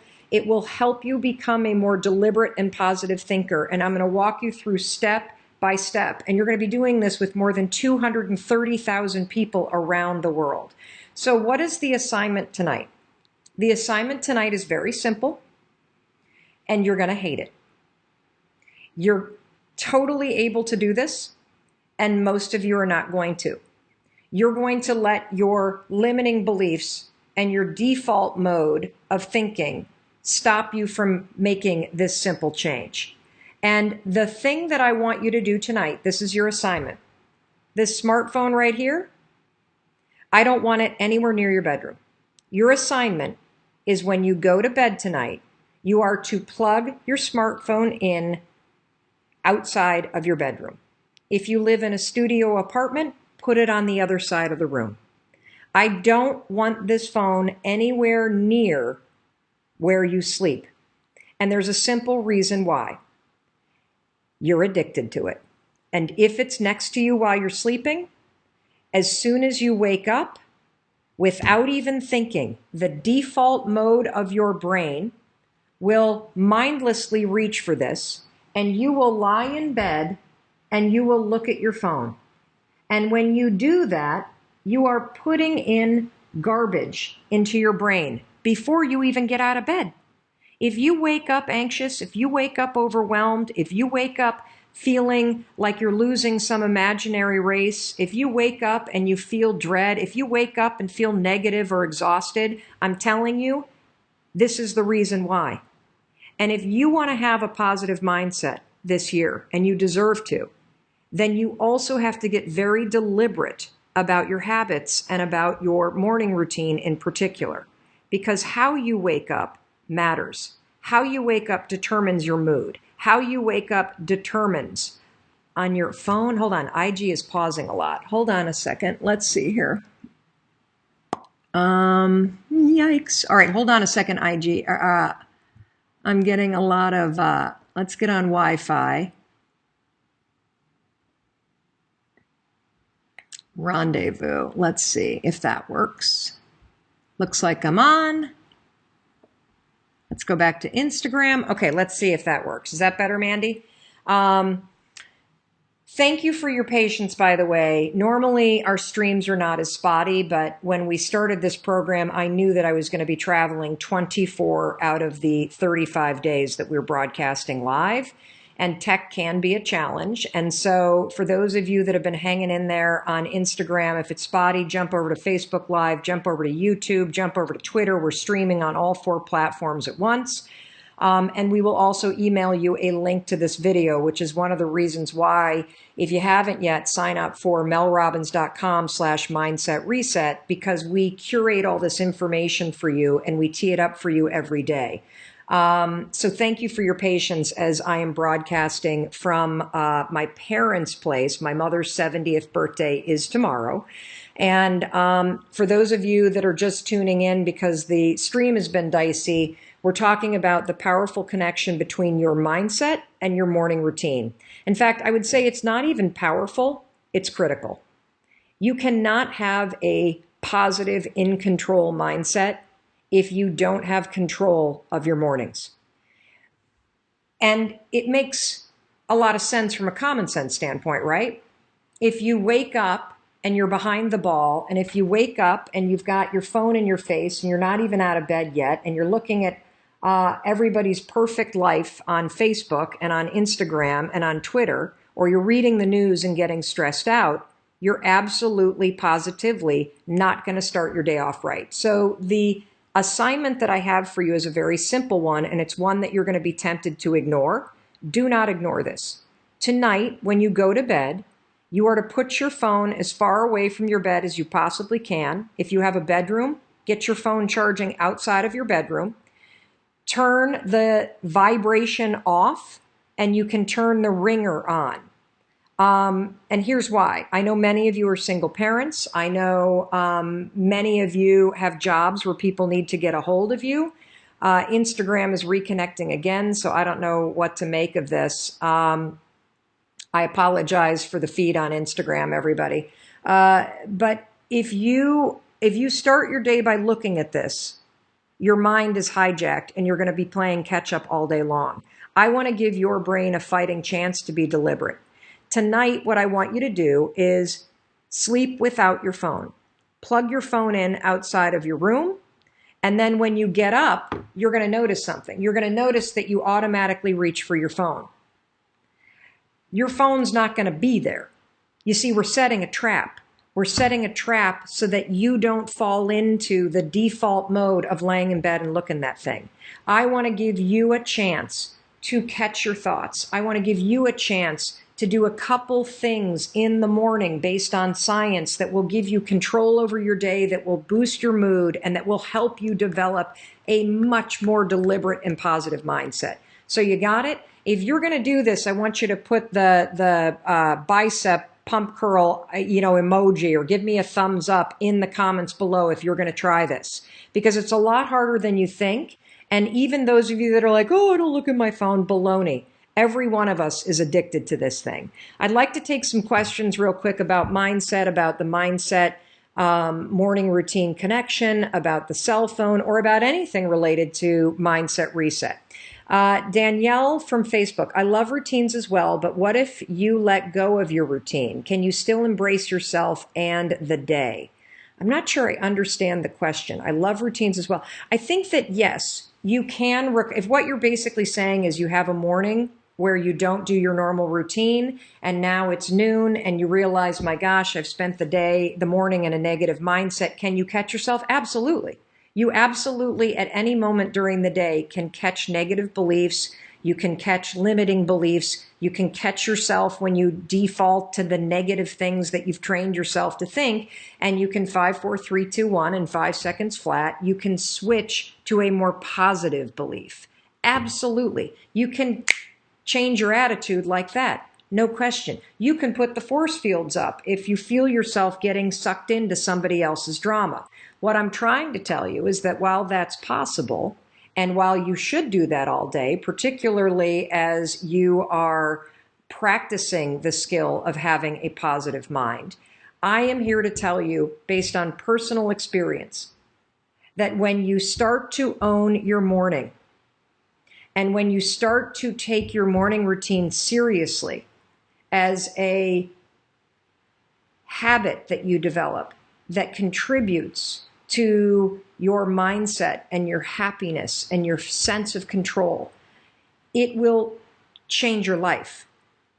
If you're concerned about anxiety, having a morning routine that I'm going to walk you through step by step this entire week, this is key to curing yourself of anxiety. And it begins the night before. So Betsy asked, is it better to prep the night before? Absolutely. So the night before, I always plug my phone into the kitchen, or I plug it into my closet. I turn off the alerts on my text messages. I turn off the buzzing, and I leave the ringer on in case there's some kind of emergency. My kids know that they should call me if they need to reach me. We have a daughter who's in college, and kids are all over the place these days. My business partner knows, call me if you need to reach me. Do not text me. And that one habit has changed my mindset for the better. It's changed my life for the better, because when I wake up in the morning, I actually get out of bed. I don't scroll through my phone. And because my phone is nowhere near me, I don't even reach for it. I spend the first 30 minutes to an hour of my day before I even look at my phone, and it has been a game changer, both in my ability to cure my anxiety and in my ability to be deliberate about what I want, A, to be thinking about, and B, what I want to be focused on for this day. Tatiana on Instagram, I switch my phone to airplane mode or turn it off completely for the night. Is this okay or the equivalent? It's definitely okay, but I don't want it near your bed, because I don't even want you tempted to reach for this thing and to start scrolling through it. We live in a moment of time, here comes my father, where we need to have major boundaries with our phone. This right here, it's supposed to be a tool, but we have become the tool. Advertisers know that they can make money on your attention. So when you look at this, whether you're looking at your email or you're looking at Facebook or you're looking at social media, you are giving the world your most precious commodity, which is your attention. And so you're going to hear me hammer the fact that boundaries with this, essential for your mindset, essential for your happiness, essential for your success. Vicky from Twitter, why is morning routine so important? What 2 to 3 items should be a part of it? Why is the morning routine so important? A couple things. How you wake up has a scientifically proven impact on your ability to focus, on your happiness, and on your productivity all day. This is not something I've made up. This is well-established research. And I'm going to be explaining it to you in bite-sized pieces all week long. And so to preview it, we're going to be talking about this tomorrow morning. The 2 to 3 pieces of it are, for me, I wake up when the alarm goes off. And I'm going to explain the science why the snooze alarm is horrendous for your productivity. It actually impacts the way that your brain functions when you do it. We'll explain that in a training this week. I then get up, and for the first couple minutes of the day, I plan my day. And I have a particular process that I go through that leverages something from Harvard Business School called the progress principle. I have a mindfulness practice. That could be anything that you want. It could be gratitude journaling. It could be meditation. It could be 5 slow, deep breaths. It could be taking your dog outside for a walk. And then on mornings when I can, I have a micro exercise practice where I do planks for 5 minutes, or I do something to get my blood pumping on the mornings that I can. I do all that before I ever even look at my phone, because I put myself and my mindset first deliberately before I ever allow the world access to my mind. You do not want anybody to have access to what's going on up here until you've gotten deliberate about what you're thinking about first. So that's a preview, but I'm going to, as I promised, this was going to be bite-sized stuff. If you've already watched the first 10 minutes of this, you got the training for today, which is the powerful connection between your mindset and your morning routine. And your morning routine begins the night before, when you plug your phone outside of your bedroom and you go to bed without your phone anywhere near you. The other reason why that's important is we know based on research that the blue light on these things impacts your ability to fall into a deep sleep.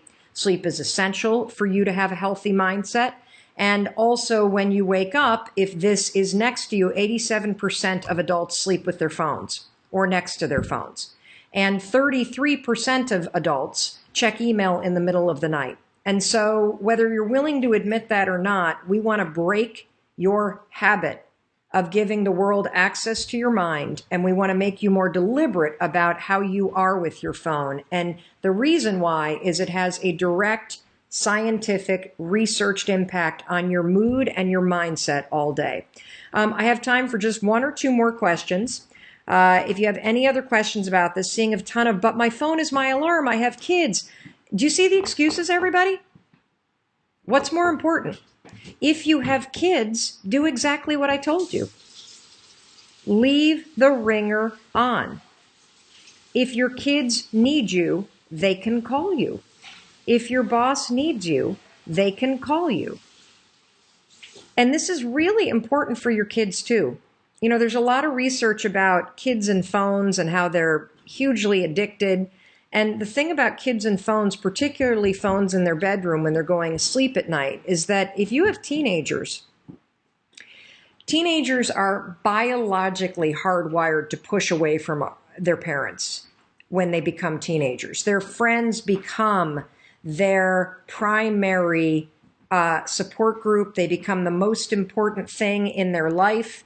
And kids feel an obligation to stay connected to their friends. And they feel an obligation that if I'm not available for my friends, you know, that makes me not a good friend. And so to help your kids, you need to draw the boundaries for them. You need to tell them that they can't have their phone in the bedroom. You need to have a charging station in the kitchen, and you need to model these very healthy and mandatory boundaries with technology, period. And so I get it. Your kids need to reach you. No problem. Plug it into the closet, plug it into the bathroom, turn the ringer on. If there's an emergency, they can call you. Yes, you can use your phone as your alarm. Plug it into the bathroom, plug it into the closet, plug it into the kitchen. Because if the alarm is going off outside of your bedroom or several paces away from your bed, guess what you're doing when the alarm goes off? You're getting up. And tomorrow, I'm going to explain the science behind why you need to get up when the alarm rings and why you should not hit the snooze alarm. I don't hit the snooze alarm because I understand the neurological impact that the act of snoozing has on your mindset, on your mood, and on your brain's ability to focus. And that's exactly what we're going to talk about tomorrow. The reason why you have to get up when the alarm rings. And it's not because it sounds like a good idea. It's because of the science behind how your brain works and what hitting the snooze button and drifting back to sleep for 15 minutes does to your mind. You're going to learn all about that tomorrow, and it is a game changer. So, Mandy and Danielle, do we have any other comments, questions, excuses? Give me the thumbs up if you're going to try this phone challenge. This is going to change your life. Try the phone challenge tonight. Give it one night. And I want you to notice as you do it, how drawn are you to your phone? How panicky are you that it's not near you? Do you feel anxious about it? When you wake up in the morning, are you immediately grabbing for it? I want you to notice the default mode that you have with this sucker right here. Because part of being deliberate and serious about being a healthy, happy, anxiety-free, positive, confident thinker is taking control and having boundaries between the world and your mind. And it's also having the assuredness that you can live without this thing. Do it anyway is a mindset trick that you can use when you start to feel excuses rolling up. It works a lot like the 5-second rule. So you have said to yourself, okay, I'm going to talk to my boss today about that thing that I've been avoiding talking to them about. Or maybe you've said something like, I'm going to go to the gym today or tomorrow or whatever. And then the moment comes where you've got to have that conversation. Or the moment comes where it's time to pack up your bag and leave your desk and go to the gym. And what always happens? You don't feel like it. I bet there are plenty of you watching that have made a commitment that, I'm not going to have a drink tonight. And then guess what happens when you get home? You don't feel like not drinking. You feel like having a drink. And so here's what do it anyway has done for me. The idea that I just do it anyway has pushed me to realize and to recognize that there are a lot of moments where there are things in my life that I really want to do, I need to do, I should do, but when the moment comes, I don't feel like it. And so I pull out this idea of, you know what, I'm just going to do it anyway. It's raining outside. I said I would go for a short run. I don't feel like it. I'm going to do it anyway. It's 6 o'clock in the morning. I'm tired. It's cold. I laid out my yoga clothes, but now I don't feel like it. What do? I do it anyway. When you start to say to yourself, I'm going to do it anyway, what happens is something really cool. You acknowledge that there are feelings that you have that are trying to swoop in and hijack you. You acknowledge them and you basically say, guess what? I'm going to do it anyway. Oakley is chomping at the bit that that we asked this question. What is the question? All right, so Is it on topic? yes. Okay, go ahead. So it's from Ben S. Snack. How can I make a huge life decision, such as a job change, move to another state? I want the job, but I'm scared.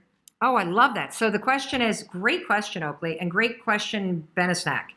So how do you make a big decision, right? So it's a decision that sounds like he's going to accept a new job, but it requires him to move to another state. And notice what he said. I want it, but I'm afraid. This is the perfect question for right now because you would actually use do it anyway. You see, the thing about the way to make decisions, this is my decision-making tool. I don't think we haven't covered it yet in this, but for those of you that have followed me for a while, you know that I have this decision-making tool. In fact, we talked about it in the journaling method. So you know in the journaling method, if you go back to videos 9, 10, and 11, and if you look at the journaling method that we talked to you about, and look, I want to tell you something. I'm not asking you to buy this. In fact, please don't buy the 5-second journal. We don't have any more in stock. They're sold out around the globe. We'll print more. Do not buy this. I'm not doing this training to ask you to buy anything. I'm showing you this because for those of you that don't have the journaling method in front of you, if you go to 5secondjournal.com, 5secondjournal.com, if you go to 5secondjournal.com, what you will find is a ton of free templates that will show you the journaling method for free. You don't ever have to buy that. I'm telling you not to buy it. I want to be very clear. The reason why we're doing these trainings is not to get you to buy something, okay? It's to help you learn how to reset your mind. So back to the question. The opening thing in the journal, do I have one that's open here? Because then I can, well, I'll just open this one. The opening thing in the journal is a fuel gauge that has you tune in, and this is going to get to decision making, that has you tune in to how you're feeling energy-wise every morning. And so let me show you what that looks like in case you haven't seen those videos yet. So you see this little fuel gauge right here. Oh, can you see it on Instagram, Oak? Am I holding it up? Yeah, just like not that one. Yeah, there you go. Okay, You can see it really there you go. So that fuel gauge is a visual cue to have you tune into your energy and to assess whether or not you are depleted and empty about something and heavy, or the other extreme is energized, full, expanded, open to possibility. And the reason why I ask you to do that first thing in the morning to assess your mood, to assess your energy, to tune in, is because there's established research that says that your mood in your morning impacts your productivity and focus all day long. And so if you can boost your mood in the morning, it has a material impact on your focus and on your productivity all day. And so we use it in the morning in the journaling method that I've taught you in videos 9 through 11. But when it comes to decisions, I want you to do the exact same thing. I get that you're scared. It's a change. I would be kind of surprised if you weren't a little nervous about doing something awesome, like moving to a new state and starting a new job and all the possibilities that come in with it. So if you're trying to make a decision, do I do this thing that's scary or not? What you do is tune inward and really assess, how do you feel about it? When you think about yourself living in this new place and having this new job and all the possibility and growth that comes with it, do you feel dead and depleted and stuck? Or do you feel energized and alive and full of possibility? You see, if the decision is something that will expand your future, that will create possibility, that will make you grow, then it is 1,000% something that you must do. And you must do it even though you're afraid. And the fear is a very normal thing. And the fear is there because you're about to do something new.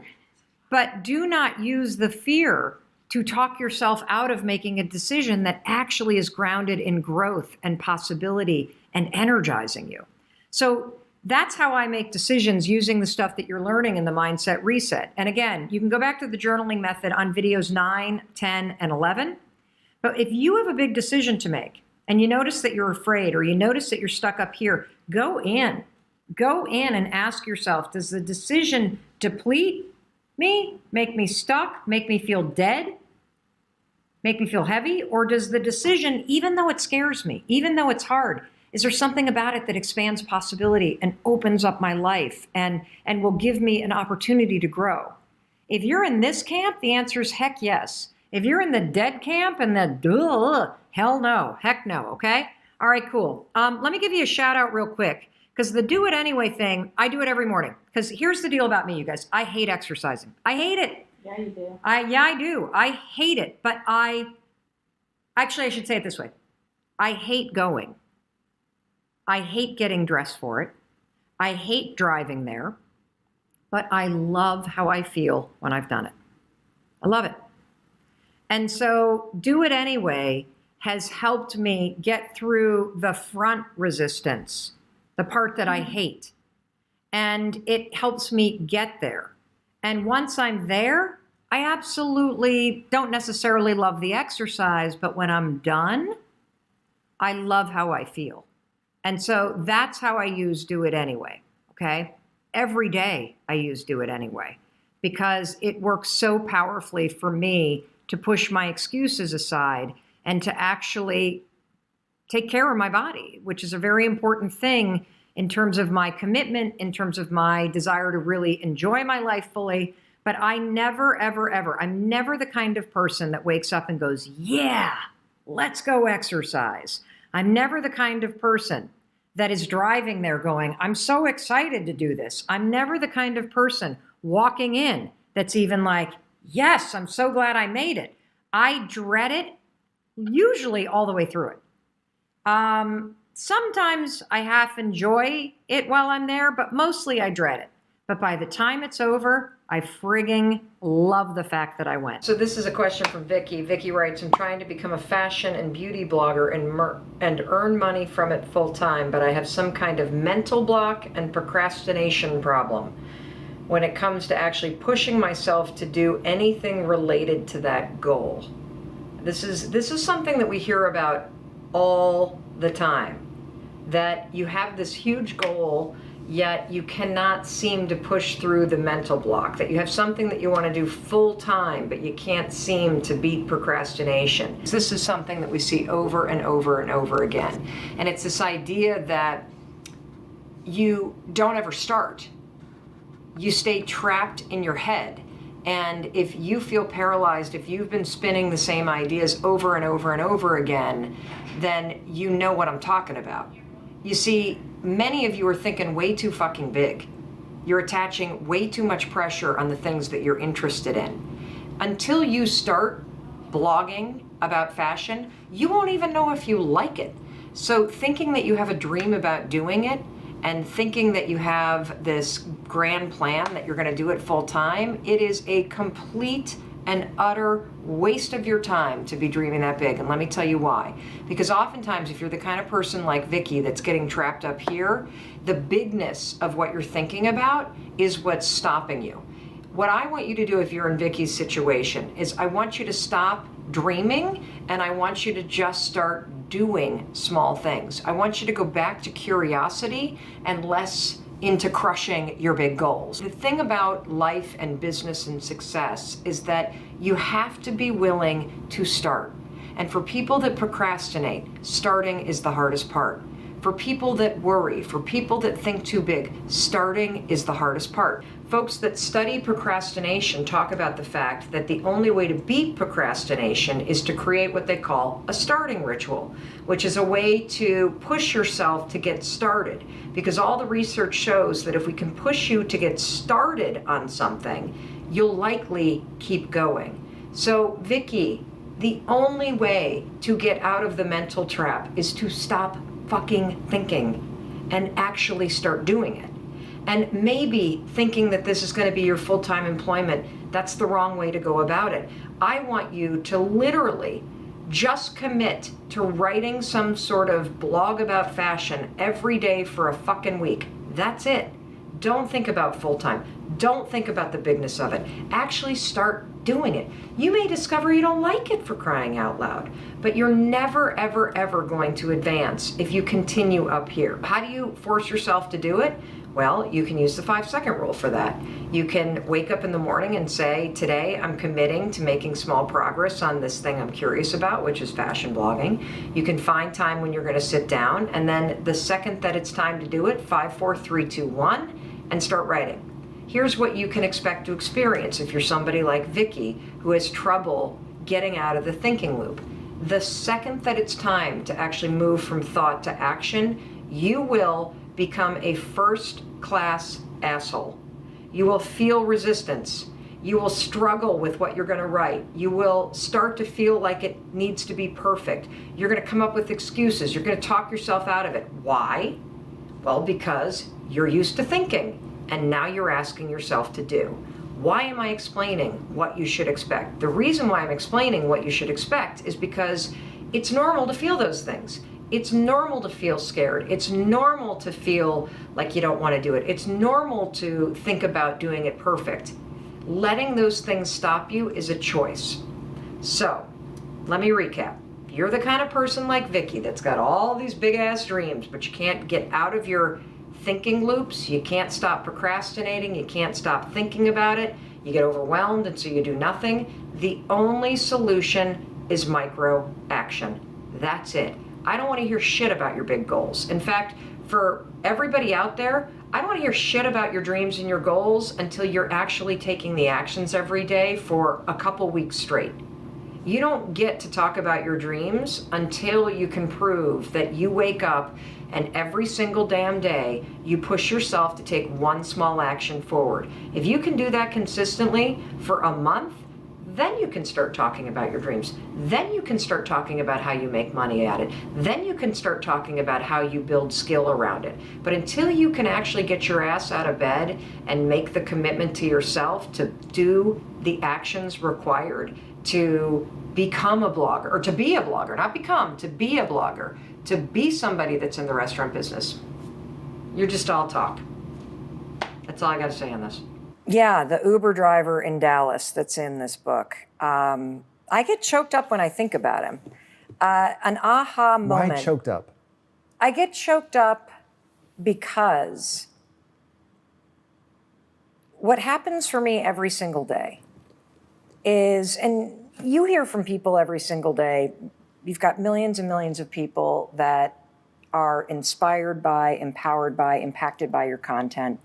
There are people out there that use your work as a lifeline, and it is humbling.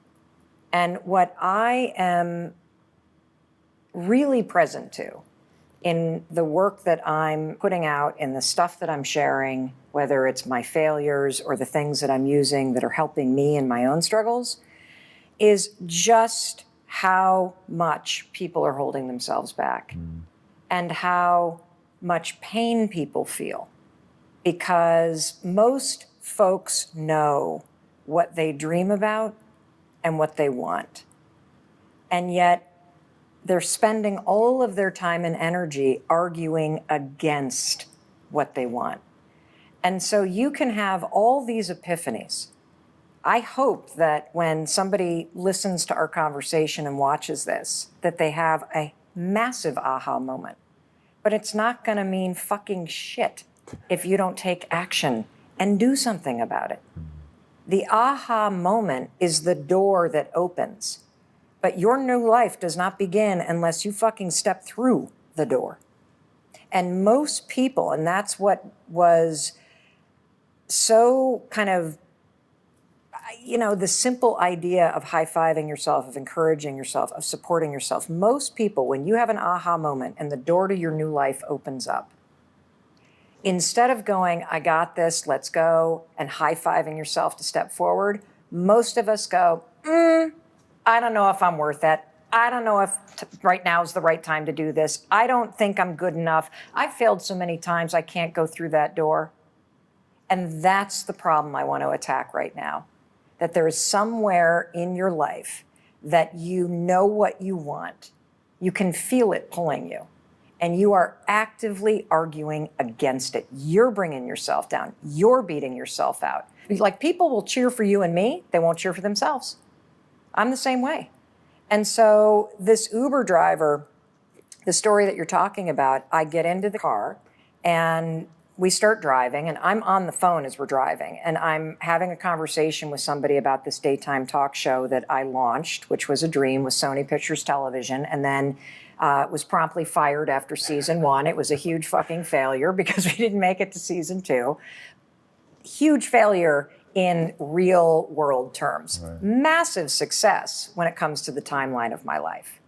And so I'm talking to this person about the talk show. I hang up the phone and this Uber driver comes alive. He's like, oh my gosh, I can't believe you're in my cab. And I'm like, why? And he says, because I want to talk to you about something. I think you can help me. And I'm like, great, how can I help you? And he says, I have a dream of being a Oscar-winning actor and creating opportunities for other Black and Latino men to do the same in acting. And I'm like, freaking fantastic. What the fuck are you doing in Dallas? Right? The guy's 25. And so I go, the game is in New York and LA. I mean, sure, you can act, you can write stuff, you can be here in Dallas, but why are you not in LA? Why are you not in New York? And he's like, you're right. I need to move to LA. I'm like, why not? And he says, I have $700 in my bank account. And I'm like, that's freaking fantastic. You have $700 in a car? Dude, drop me off and get driving. What are you waiting for? And so we have this whole conversation, and I write about it in this book, where I am actively arguing for his dream, and he is actively arguing against his dream. And what is so sad is throughout this conversation, Tom, he's like, you're right. $700 could get me there. You're right. I am only 25. You're right. If I keep thinking and thinking and thinking and thinking about what I want to be doing, I'm not only going to drive in circles, my whole life is going to spin in circles as I think about what I want and I don't do shit about it. And then you are going to find yourself not at 25, but at 45 or 65, and you're going to be so filled with regret that you never fucking put a bet on yourself. And so this conversation ends with him declaring that he's going to go to California and me giving him a bunch of tools that I talk about in this book. And the point of the story is, does he move or not? I don't fucking know. The point of the story is, it's so easy to see what somebody else should do. It's so easy to cheer for somebody else. We all do that, right? We cheer for our favorite sports teams. We follow our favorite influencers and authors. We plan birthday parties for our friends. We take on extra work from our colleagues. We support everyone around us. We do not know how to do it for ourselves. I'm going to show you the specific way that you can use the 5-second rule to increase your productivity. Now, first, let's talk a little bit about productivity as a concept. Productivity is not about blasting through your to-do list and doing more. It's actually about doing less. Productivity is the ability to make progress on the things that matter to you. It sounds simple, right? I mean, just move the ball down the field on the important stuff. But it's not easy. Why? Blame your feelings. You see, you're capable of being more productive. You're just waiting to feel like doing what you need to do. And guess what? You're never going to crack the whip on yourself when you have a million other things that you need to do and you got people that are making demands on you. One thing that you must understand is that you have the power to decide what's important. And productivity actually boils down to simple 5-second decisions. Here's one that you need to start making immediately that will have a tremendous impact on your ability to be productive. When the alarm goes off, do you wake up early to work on your business, or do you blow it off because you don't feel like it, you're tired? Or do you stick to the plan to finish some important tasks, or do you mainline Facebook instead because, you'd just rather relax? When you change your decisions, you'll change everything. Because productivity boils down to the ability to make small 5-second decisions that put the things that are important first. And here's one 5-second decision that will make you more productive than any other. Get up 30 minutes earlier than you normally do and push yourself to work on the most important priorities first. This isn't just me. Research shows that your most productive hours are the first 2 to 3 hours after you wake up and get ready. This means that for peak productivity, you've got to do whatever you can do to make sure the most important work to you gets done first during that window of time. So here's how you're going to use the rule. The moment your alarm goes off and you want to hit the snooze button, use the rule. 5, 4, 3, 2, 1, push yourself out of bed. Then use the rule again. 5, 4, 3, 2, 1. Sit down and get working on the things that matter to you instead of checking your phone, instead of letting your day get hijacked. You see, the moment you feel yourself wanting to give in to distraction, you're going to use the rule again. 5, 4, 3, 2, 1. Do assert control and get back on task to the things that matter to you. It doesn't really matter how busy you are. We're all busy. If you really care, you'll find the time. And that's how you're going to use the rule, to find the time to work on things that matter to you. This is what Rachel did. She wanted to change her life, so she decided to make progress on what was important. And she did this by starting with getting up earlier, getting out of bed, and 5, 4, 3, 2, 1, focusing on what mattered. And as you can see, that small 5-second decision, getting up 30 minutes earlier, started a chain of events that changed her entire life. She lost 30 pounds, she bought her first home, and she reinvigorated her marriage. Why? The reason why is because she learned how to beat the feelings and excuses that stopped her, and she found the time to work on things that matter. That is the definition of productivity. Getting the important stuff done only works when you push yourself to do it. And when you push yourself, 5-second decision, to wake up earlier and start your day off right, you will be shocked by what changes it ignites. This is just the tip of the iceberg when it comes to productivity. There are tons of strategies that I discuss that are based in research in Chapter 10 of the 5-Second Rule book, and how you can use all of this research in combination with the 5-second rule to not only become more productive, but to end procrastinating forever, to regain your focus whenever you get distracted, and lots of other things that are going to help you improve your quality of work and also your life. The book is available on Amazon, barnesandnoble.com, and at your local bookstore. Hey, it's Mel. Thank you so much for being here. If you enjoyed that video, by God, please subscribe, because I don't want you to miss a thing. Thank you so much for being here. We've got so much amazing stuff coming. Thank you so much for sending this stuff to your friends and your family. I love you. We create these videos for you, so make sure you subscribe. Mwah.